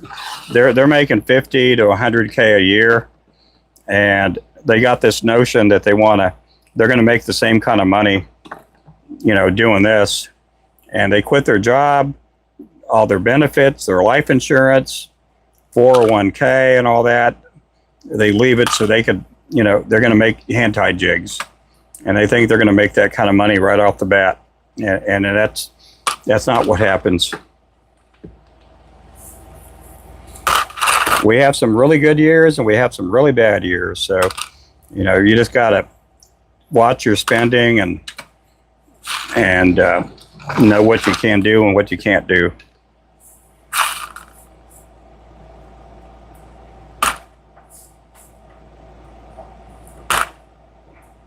Yeah, that's the best business there, is word of mouth. Word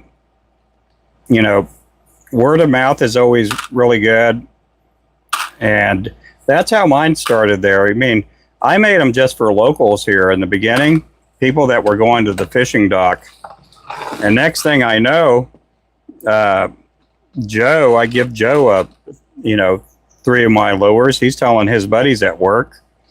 And I got 3 of Joe's buddies calling me up, and they're telling their friends about it. And, and it's just a cycle that, can turn into something really nice, business-wise.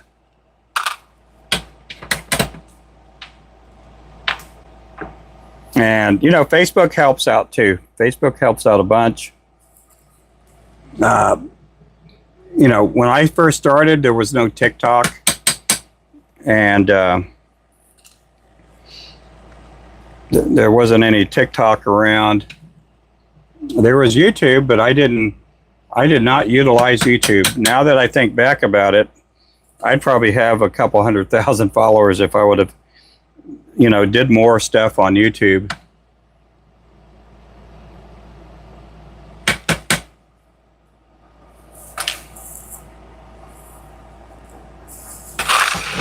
And TikTok did help me out quite a bit.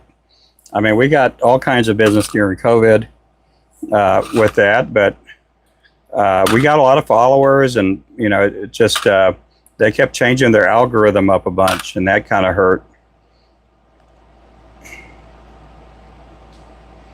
And I just, too many threats of them turning TikTok off. And my wife a year ago was like, you need to start doing more on YouTube, because if they turn TikTok off, you're not going to have any more viewers. I'm like, yeah. So I'm glad I listened to my wife. And at the same time, I had Brian Ties Flies. We were friends on TikTok before I came to YouTube. And so he had made the jump to YouTube already. And he was getting a lot of people watching and customers and stuff like that. And I'd been telling Brian for about a year, maybe, like, man, you're really good. He was still doing tattoos, and me and a few other people, when we talk about Brian, we're like, man, he could do so much more with fly tying than he can ever do with tattoos, doing tattoos and stuff. If you do tattoos, and if you're in New York, if you're in LA, or you're in Vegas, you can get a big name, make a lot of money, even make $1 million a year doing tattoos. But if you're in Virginia, I mean, you get some notoriety, but not as much as you would in, living in LA or New York or Vegas. But making flies and stuff like that, and doing streaming, you can get big if you're really good. And Brian's really good. He's really good at what he does. Welcome in, guys. I appreciate that. I'm missing messages. I have some good mods in here. I appreciate all you guys. And show flies, I'm gonna add you in as a mod. You're in here all the time, and you're always nice to me. So just leave it at that. Yeah, you're now a flow bro.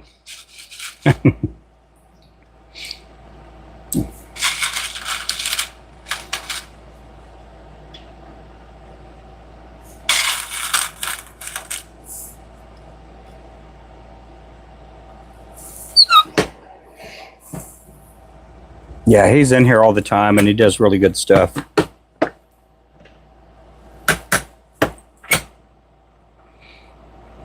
I put too much cold lead in there. And here we go. We got it. We got it going.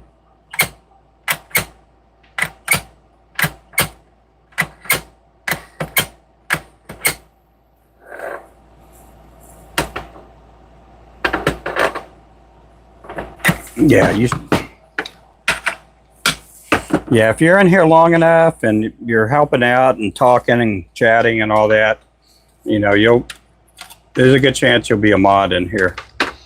I don't think you ever should have to ask to be a mod. Look at that little orphan.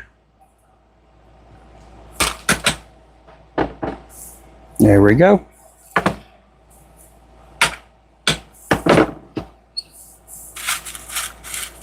I'm making jig heads. This is a mold here I'm using. This is it's a Pro 101 series. It's a 16th ounce. I'm putting number 4 mustad sickle hooks in here.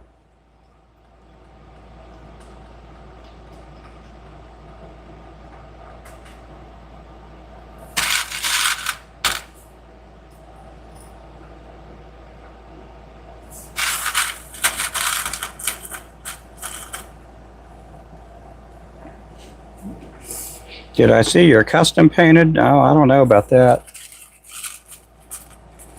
I've been watching you. Yeah, if you have to ask to be a mod, you probably shouldn't be a mod. Yep. So you just been pushed back 6 months by asking me.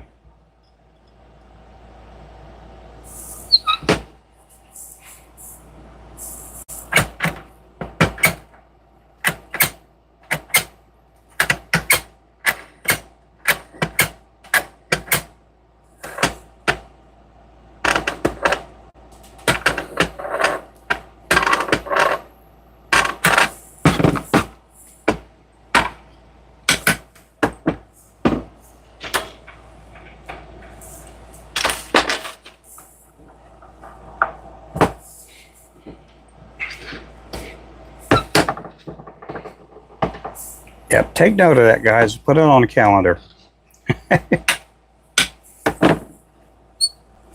Aloha. How's it going there, my friend?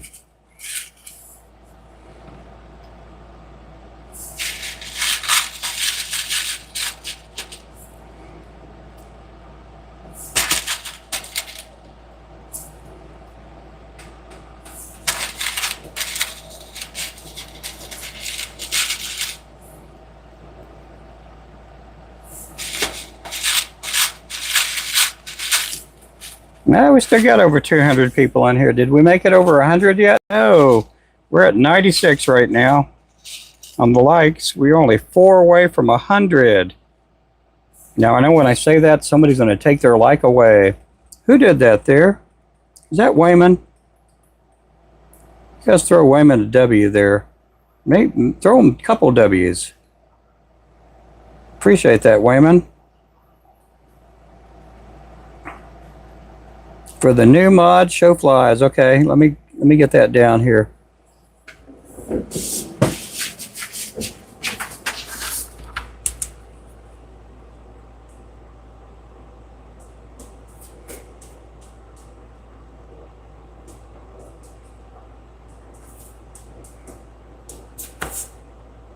Okay, that's been recorded. I had my secretary record that for me. Oh man, 3 more likes to go. Ah, we got 100. We're at 102. We're at 102, guys.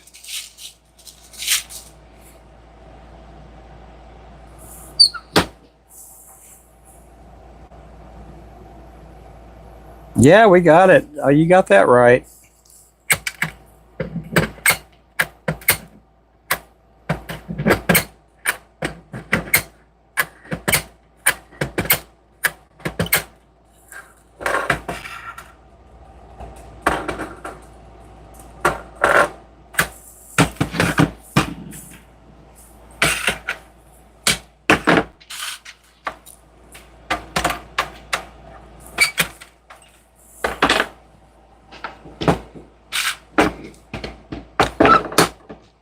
Did it again. Look at that. Got that little orphan mold out there wanting to. Does it want to? Does it look good? Yeah, that's okay. That's a full head there. Huh. Kind of strange. Strange, strange, strange.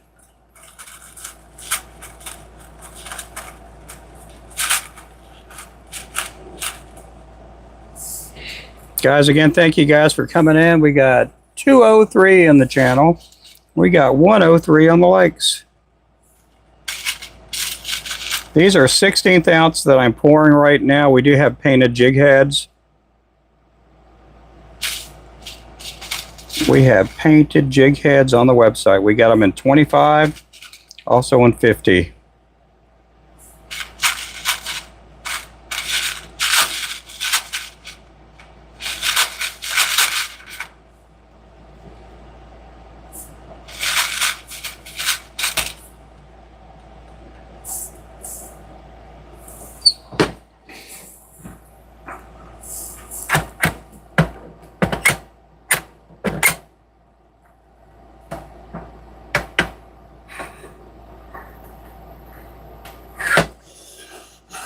Okay, get that popcorn butter all over the popcorn there.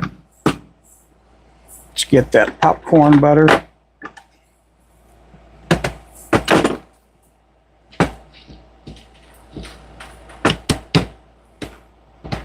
Oh, we got them all together now. Look at that. They're all one happy family.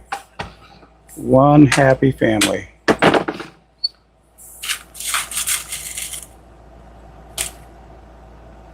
Yeah, we do a drawing every Friday. We do it for gifters. And we do it also for members and mods. And then we've been doing a giveaway the last 3 weeks or so, 4 weeks for subscribers. So all you got to do is just be a subscriber and you'll be eligible for some gifts. The last couple of weeks, the gifting has been kind of low, so we just only be giving a couple of packs of lures out. But a couple of free packs or a couple of free packs, you know. And then if you are an upper tier mod, like the $5.99, $9.99, and $19.99 mods, they get a little more chances on the wheel.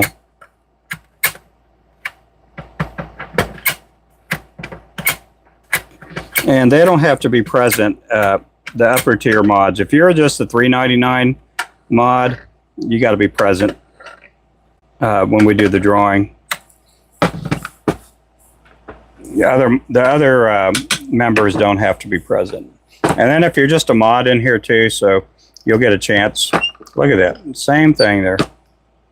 You'll get a chance at winning something because the mods in here, a lot of times they're always helping out. Wayman's been winning a bunch of times. Clint, this is 2 weeks in a row he's won.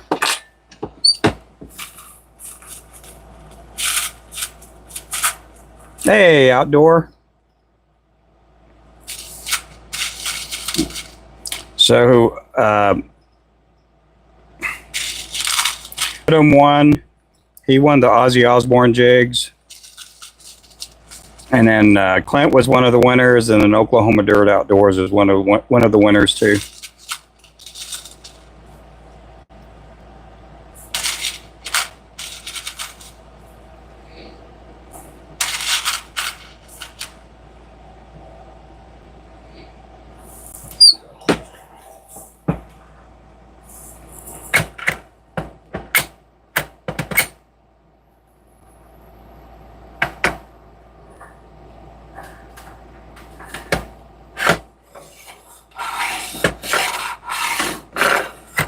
And then if you're one of the upper tier members, a lot of times I'll throw extra product in there.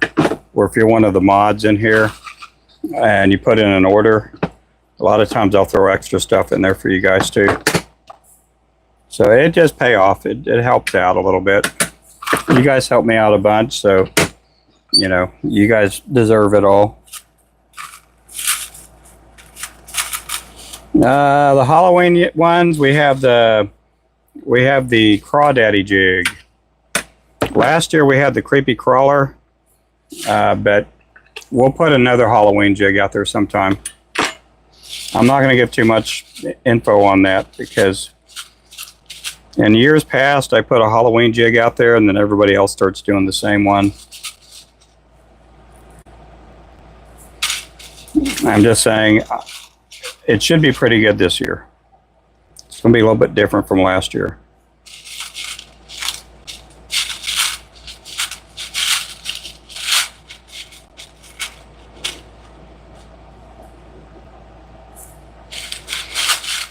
But we still have 2 of the 1/16 ounce Hulkster jigs available. We have 3 of the 1/8 ounce Hulkster jigs available.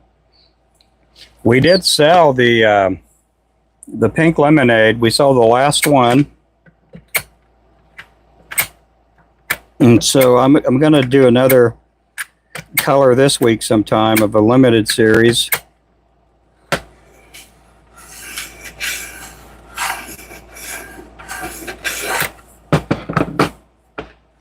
And we'll get that on the website sometime this week. I'll probably just do, I don't know, 10 packs maybe. Look at that. Did it again. It's just the way the mold is in there.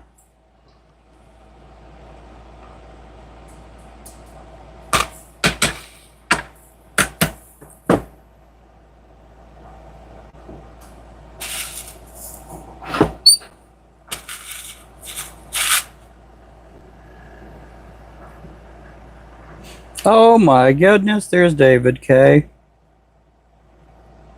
Uh-oh, golly, what did I do? I do not want to accidentally block you in here. That's for David there. Just because I love you, brother. Oh, I love you too, man. Thank you. Let me get that down. Let me go tell my secretary to record that.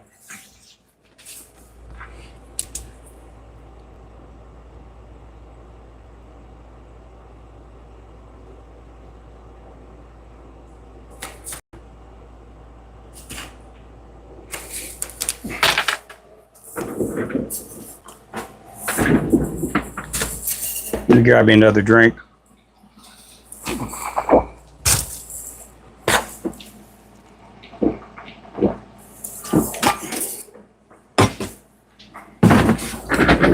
Okay, we're good. We're good. We're good. Oh, I'm doing good. Saving Grace, how are you doing? Yep, you guys throw some W's up there for David. Appreciate you. Now, if we ever got to where we were getting like, I don't know, like $300 a week in gifts at least, I would probably give away our fishing rod. But we've never gotten that high as far as our giftings. But we are getting pretty close to 10K. We may do a rod giveaway for 10K.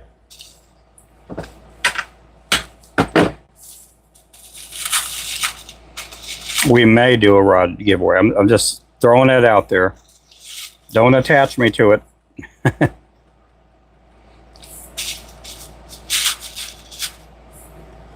I was on, I think it was last night on Crappie Man Jigs' live, and he got a bunch more subscribers last night. But I looked back on what we've been doing, and man, we've doubled in 2 months. We've doubled in size as far as subscribers, so that's helped out a bunch.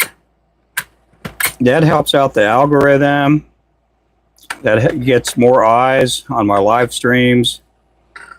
And I think we had 2 months ago like 4,200 subscribers, and here it is 60 days later. We're over 9,000.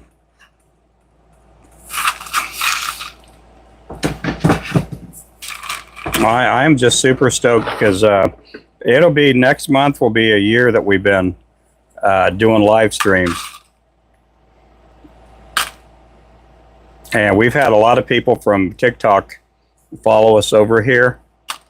And some of them have come over and they've stayed. I'm not taking any credit, you know, because there's people like Pontoon Jody. She jumped over from TikTok over here. Real Deal Fishing. He's doing a whole lot better here than on TikTok. And I'm really happy for people like Pontoon Jody, because she would go live over on TikTok and she would maybe have 10, 15 people watching her over there. And then she's been having, you know, some numbers here where she's getting 70, 80, 100 people watching at times. And we've had people like Featherhead, Remington, Panfish King. They would all watch me over on TikTok, and a bunch of other people too, like Empire Gold Mining, Oklahoma Dirt Outdoors, Alvy. We see Alvy in here all the time. Keeping it Alvy.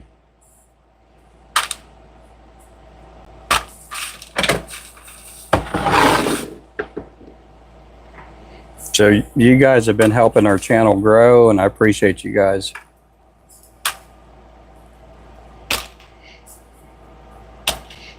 Wayman was watching this over on TikTok, but Wayman was over here on YouTube watching other people too, I think. Were you already on YouTube? I can't remember. I know at one point you were like, I can't watch TikTok anymore, which I can't either. Golly, there's a bunch of bad stuff on TikTok. A bunch of bad stuff over there.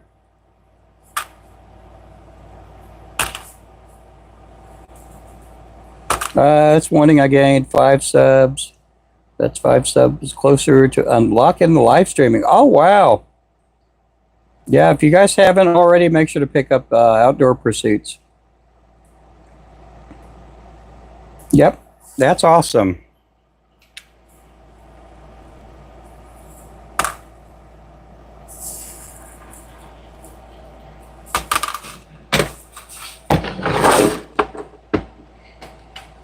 These are 1/16 ounce that I'm doing here. 1/16 ounce.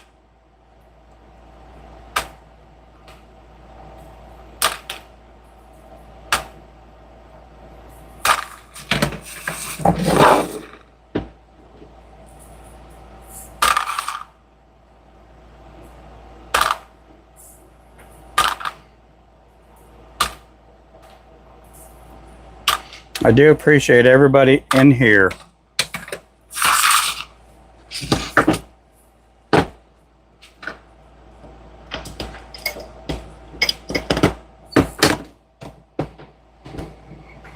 One 1/16 ounce.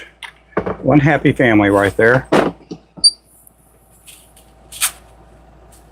I started watching you right off the bat on YouTube. Still do not use the other platform. Yep. Yeah, when my very first live, I shared this, I think, yesterday. My very first live on TikTok, I had over 5,000 people watching me on my first live stream over there. And that was, I don't know, 5 years ago or so. And then my very first YouTube live that I had maybe 1 or 2 people that had come in the channel. And I was bummed out. I'm like, man, I'm going to go back to TikTok where I can get, a lot more people watching me. And at that time, there was still the scare that they were going to turn off TikTok. And so I was talking to Brian and talking to my wife. And finally, I just like, okay, I'm going to make it work. I'm going to go live. I'm going to go live on YouTube for an hour every morning. I'm going to try to go on sometime between 7 a.m., 9 a.m., and I'll just see how it works. And whether I get 1 person or 10 people watching, I'm just going to stick it out and go through the struggles of making a channel work. And so anyhow, like I put too much cold lead in there. And so it started sparking up a little bit. I don't know after how many lives, but it took a while. And then it just kept growing and growing.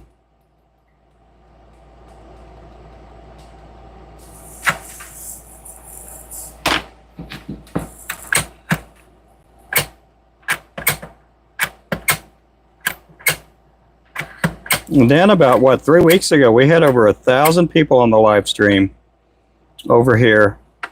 Now, I was pouring lead, but we had a lot of people watching, and that was kind of cool. I'd have to say my 10th live, I went ahead and started pouring lead. I had 400 people in the chat, and it wouldn't allow any more people in the chat because I didn't have enough subscribers. And I think I probably had like 100 subscribers back then.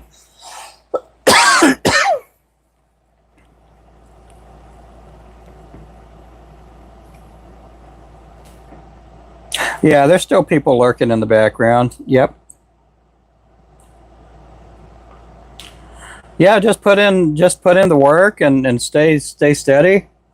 And what do we have? 100 people in here? Yep. 111. We did get up to 112 likes. But yeah, you just got to stay constant, stay engaging to the people. I'm going to go grab me another drink because I feel the hiccups coming back.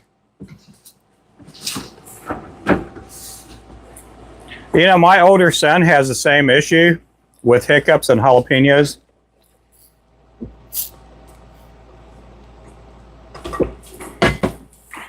Hiccups and jalapenos.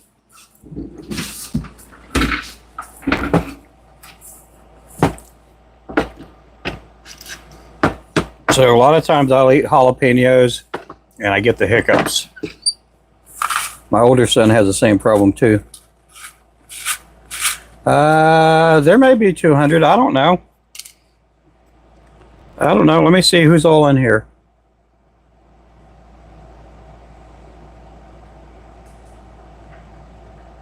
Nope.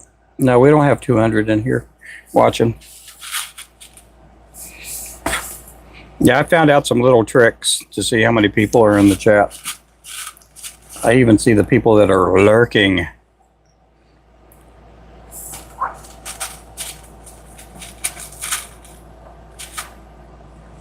Let's see.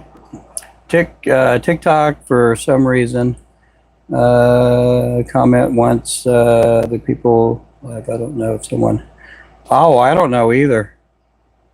Yep, you got to go. We'll catch you later, Landon. No worries. Have support. Yep.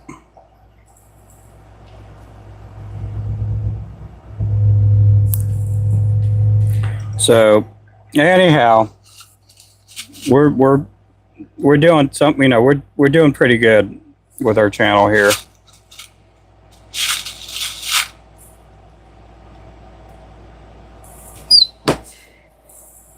I think if I ever did get 1 million subscribers, I'd start giving out more information on what I do. I give out some. I give out a lot of info, but there's still a lot of stuff there that I think I'm one of the few people that does some of these things.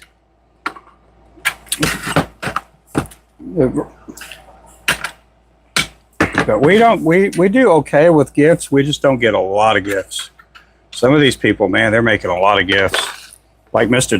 Toilet Bowl Man.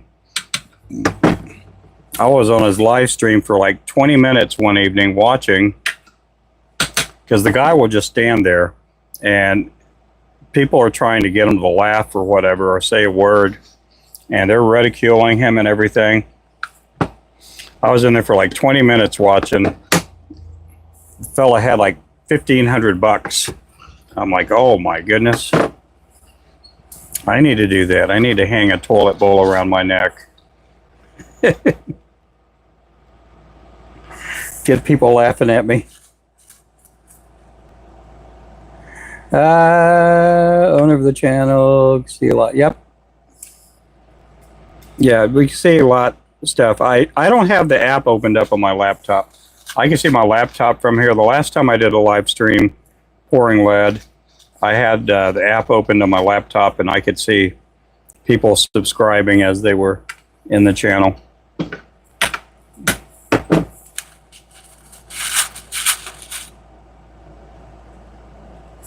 Yeah.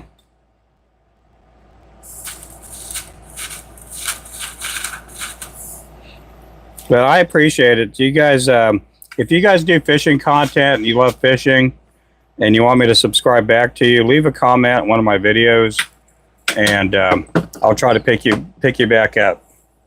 I don't follow a lot of gamers and, you know, people that do that kind of stuff, and I don't follow a lot of young people, and that's just a thing there.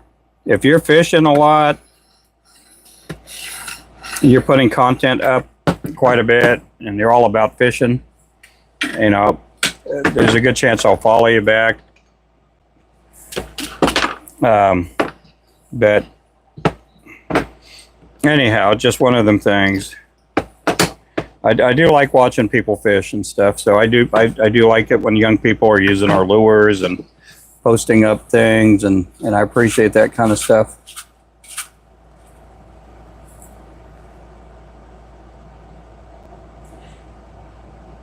Yep, make sure to subscribe.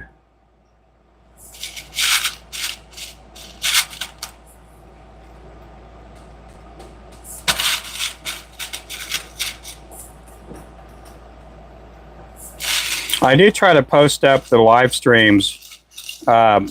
Sometimes we get some trolls in here and stuff, but I try, like this live here, it'll stay on the channel, and we get a lot of people that are like, you know, why don't you post your live streams up, because I'll watch while I'm tying jigs.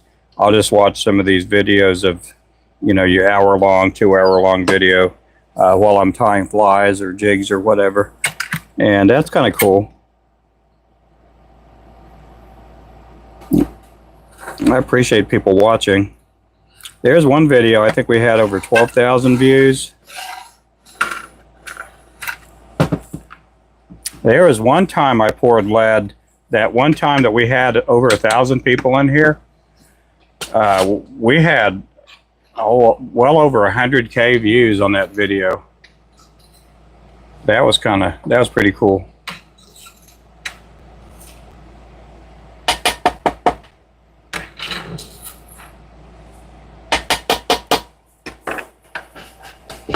But I have yet to do a video that has as many views as some of my fishing on our TikToks.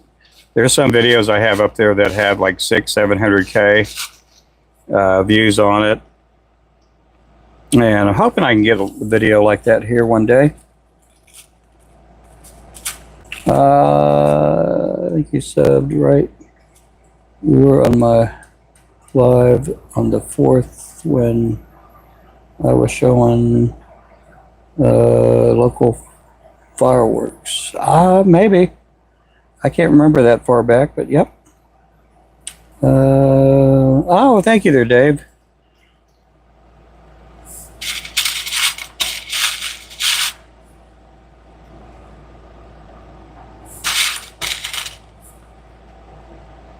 I can't wait till the weather starts cooling down.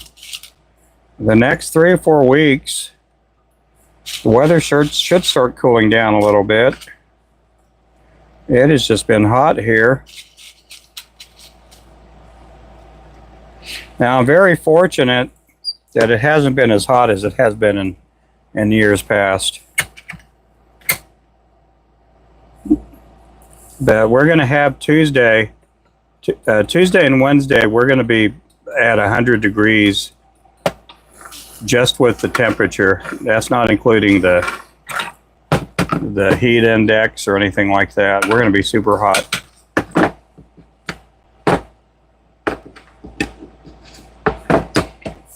I don't know how the shop's going to work. I do have some more fans I could turn on.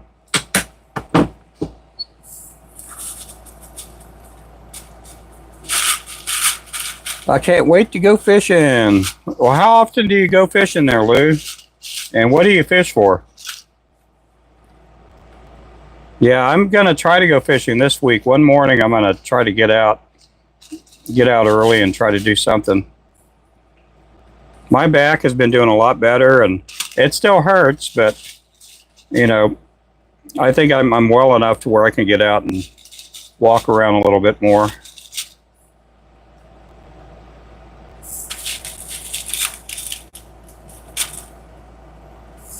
Yeah, we went down in numbers, didn't we?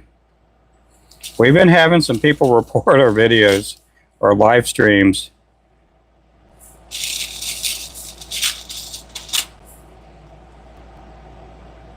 But that's their thing. That is their thing.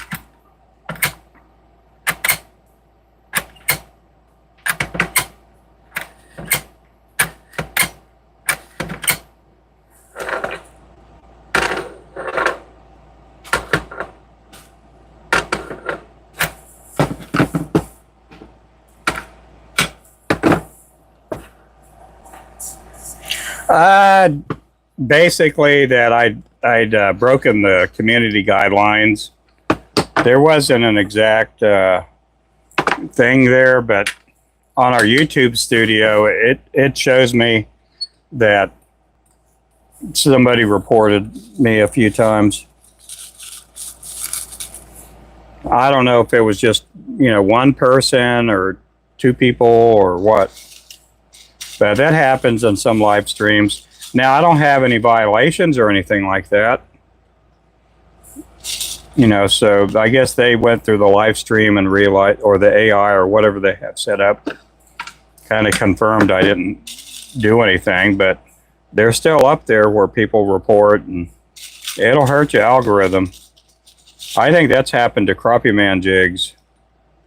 I think some people have been reporting him. He used to get bigger numbers. He used to get real big numbers.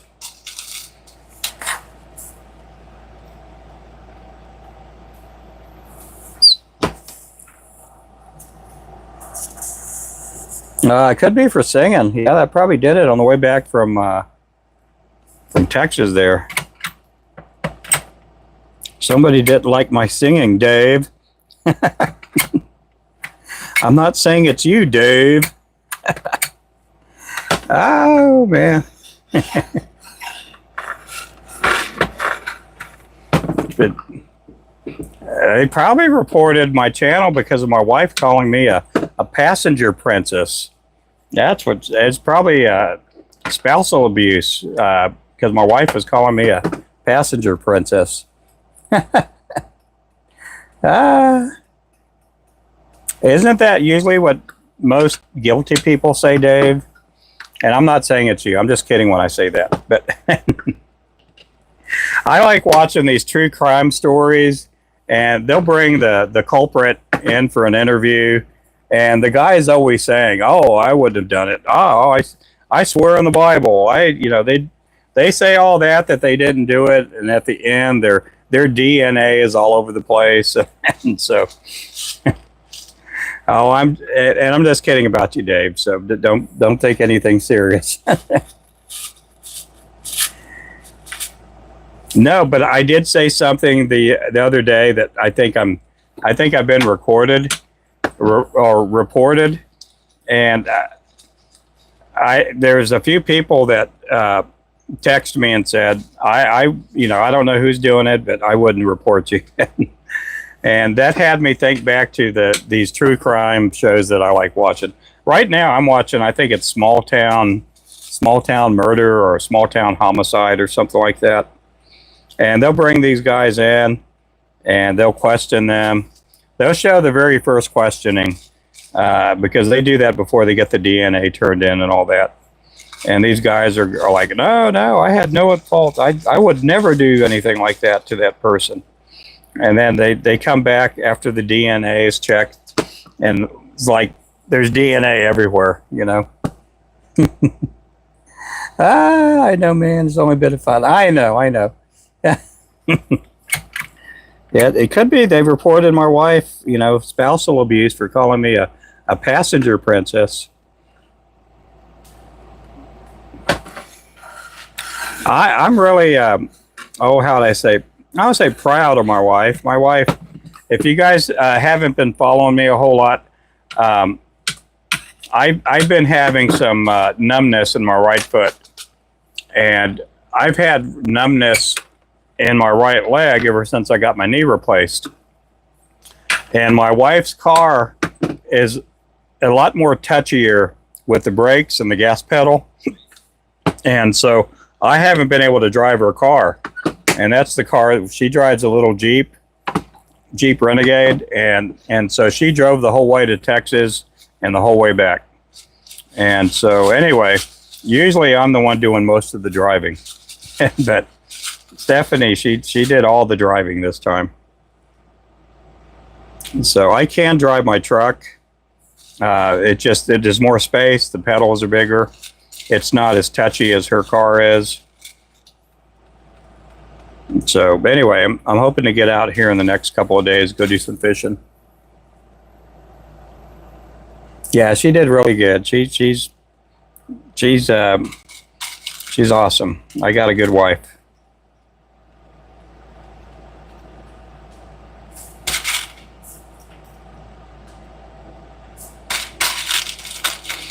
There's a couple of times.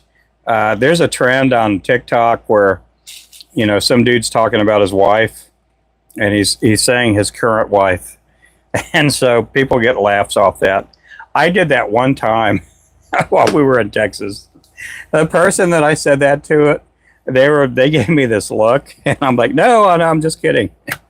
And Stephanie's my only wife. I've never been married before, you know. My wife didn't like me saying that in front of her. I'll let you know that.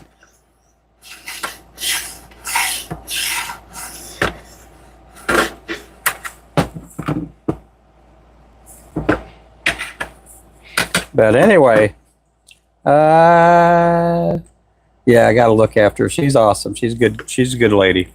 She's super nice. She's not all the time nice to me, but most of the time she is. I say about 99% of the time she is. I keep an eye out on the insurance. Anytime she ups the insurance, those are the times I got to worry.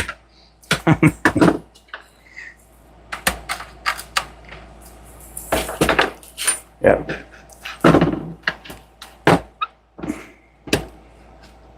Okay, let's get this. I am done with this. Do I need? Yeah, I need to get some of this out. Okay, let me get these hooks put up.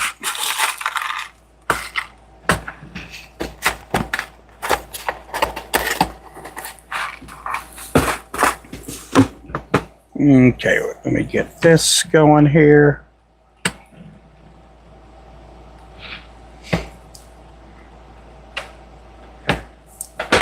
We're going to go back to the vise here in just a bit.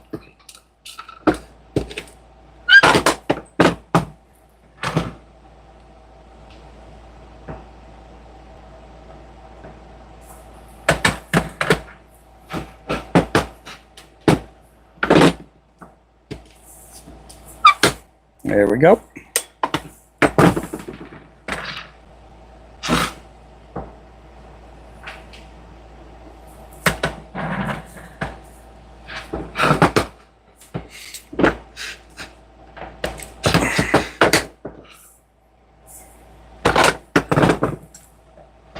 We're going to turn off the lead here in just a moment.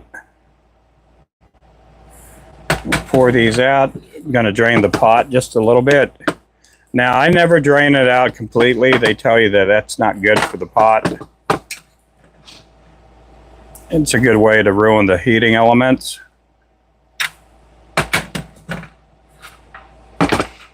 And it's never good to leave it completely full either. Because when you turn it on, they have elements that are temp sensitive, and when you have your pot full of lead and it's trying to heat up, it has to turn up all the way on. It has to get at its hottest because it's trying to cool it down fast, and so it's a good way to burn out the elements if you're leaving your pot completely full. So I leave it at about 30 to 25%.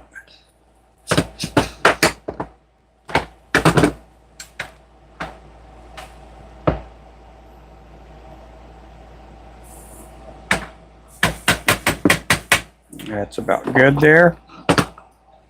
Another thing, I brought this out a couple of weeks ago. Okay, I'm going to seal this because it's going to want to leak.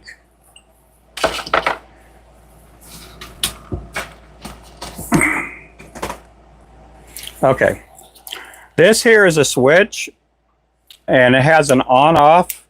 You can get these at like Ace Hardware, Amazon, places like that. Yeah, it's tying time. I'm gonna clean my hands here in just a bit. And they plug in, and they got an on-off switch. Now, if you've ever had one of these pots, they just have a plug that you plug in and out. And instead of pulling out the plug every time you want it to turn off, I just have the on-off. Again, when you have it on like that, the light comes on. And then when you're, like what I just did there, I turned it off, and you just flip it off. These things are not that expensive. They do last a long time. And I always check the pot, even when I'm leaving the shop on a day like today. That pot there holds 20 pounds. It holds 20 pounds. This is what they call the commercial or the professional model. And it has this, it'll hold 20 pounds. Now, I used to have a 10-pound pot, and the 10-pound pot, I couldn't put the ladle in it. But this pot here, I mean, I could put the ladle in there, and that's the same pot that I use to when I pour the spin cast machine, or you know, it helps out to have these when I'm pouring sinkers and stuff. And I do have another pot over here. It does not open up. It's never opened up, which is good. A lot of times I'll clean the lead in here when I'm putting dirty lead to kind of purify, and I'll clean it out. And then I'll take the cleaned out lead and put it in here.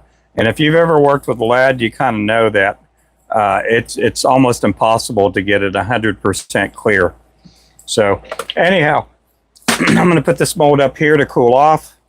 It's super hot. I'm going to do my break-offs over here. And so I do buy lead from like recycle centers, and so sometimes they come in these big old blocks.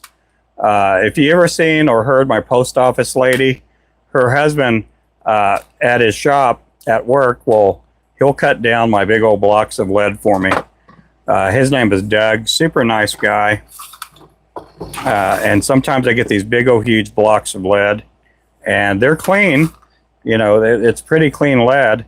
But it's a booger because I can't put these big blocks of lead in my melting pot. So he'll cut them down into pieces that are like, you know, 2, 3, 4 inches, you know, pieces like that, little squares, and they're super thick. They're about 2 inches thick. And so they have a machine at their work where he has like a big chop saw, and he'll get them cut down. So some of the other lead that I get are these sheets, and those sheets are easier for me to handle, and a lot of times I could cut them down myself. But I like getting the blocks because it's like almost clean lead. It's a lot cleaner.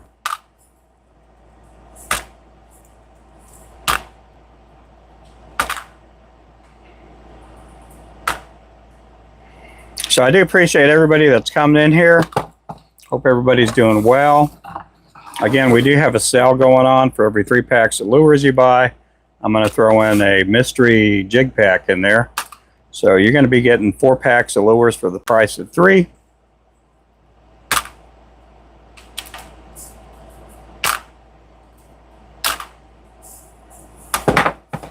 So these will all be gone. I do have some more 1/16 ounce. I have one that's about halfway full. So I'll be combining both of these together.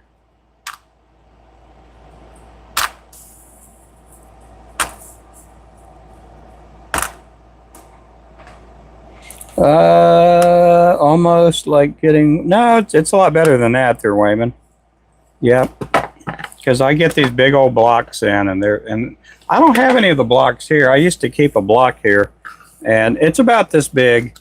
After he cuts them down for me, they'll be about that big, and I'll just put them in the melting pot, and it's just clean lead. You know, the stuff that comes in that's all in these what you call the rolls.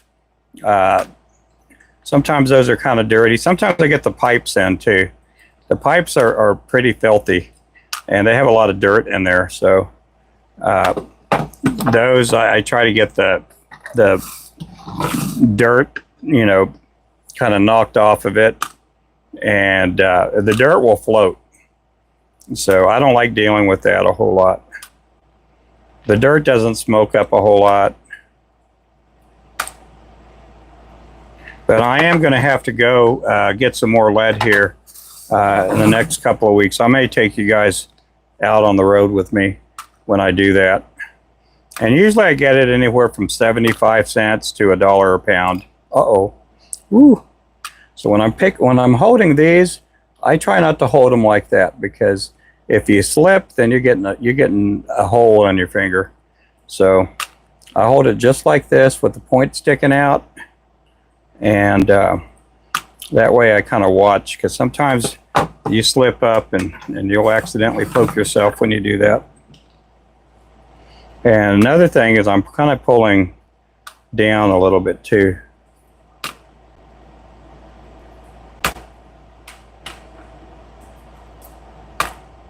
I like using the pliers to hold it because it's not going to slip out as easy.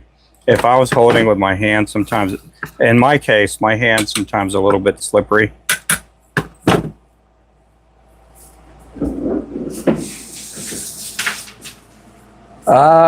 But yeah, a lot of the sinkers I use, or a lot of the lead I use will be like that. So you have sheetrock on one side, and then you got your lead there, and it's soft lead. It's super soft. And then every now and then I'll get pipes in. I've got one pipe up here, and sometimes you get dirt. This is an electrical one here, but I need to cut this out and get the lead from it. But that's what I use a lot of times. Sometimes you get these big old conduits, pipes that were for electric, that are like on the walls of a building, and they have a lead exterior to help insulate it, and that helps out. You know, that lead is pretty clean. Sometimes it has some paint on it, and that's the part that stinks. Yeah, depending on what kind of paint, a lot of times that'll throw out fumes and stuff, and that's when the ventilation system works really good in the fans. And a lot of times, if I'm using that kind of lead, I'll have the windows open, and I'll be cleaning lead like in the morning. But you know, this bucket here, you know, it's quite a bit. I got, I don't know, about 50 pounds, 30 to 50 pounds in there right now. So a lot of times if I get a lot of lead, I'll have lead out there on my porch here on the shop. Let's see. So guys, I'm going to end this live stream. When you guys see me come back on, what time is it? It's going to be 5 o'clock here, next 15 minutes or so. So give me about 15, 30 minutes. I'll be back on here. I'll be tying jigs. So I'm going to get cleaned up, and I'll be back here in a little bit. Let's go ahead. We're going to hide you on this channel, my friend. Yep, trying to get me to say some bad words. Yep. So we'll see you guys here in a little bit. Thank you for watching. Bye-bye.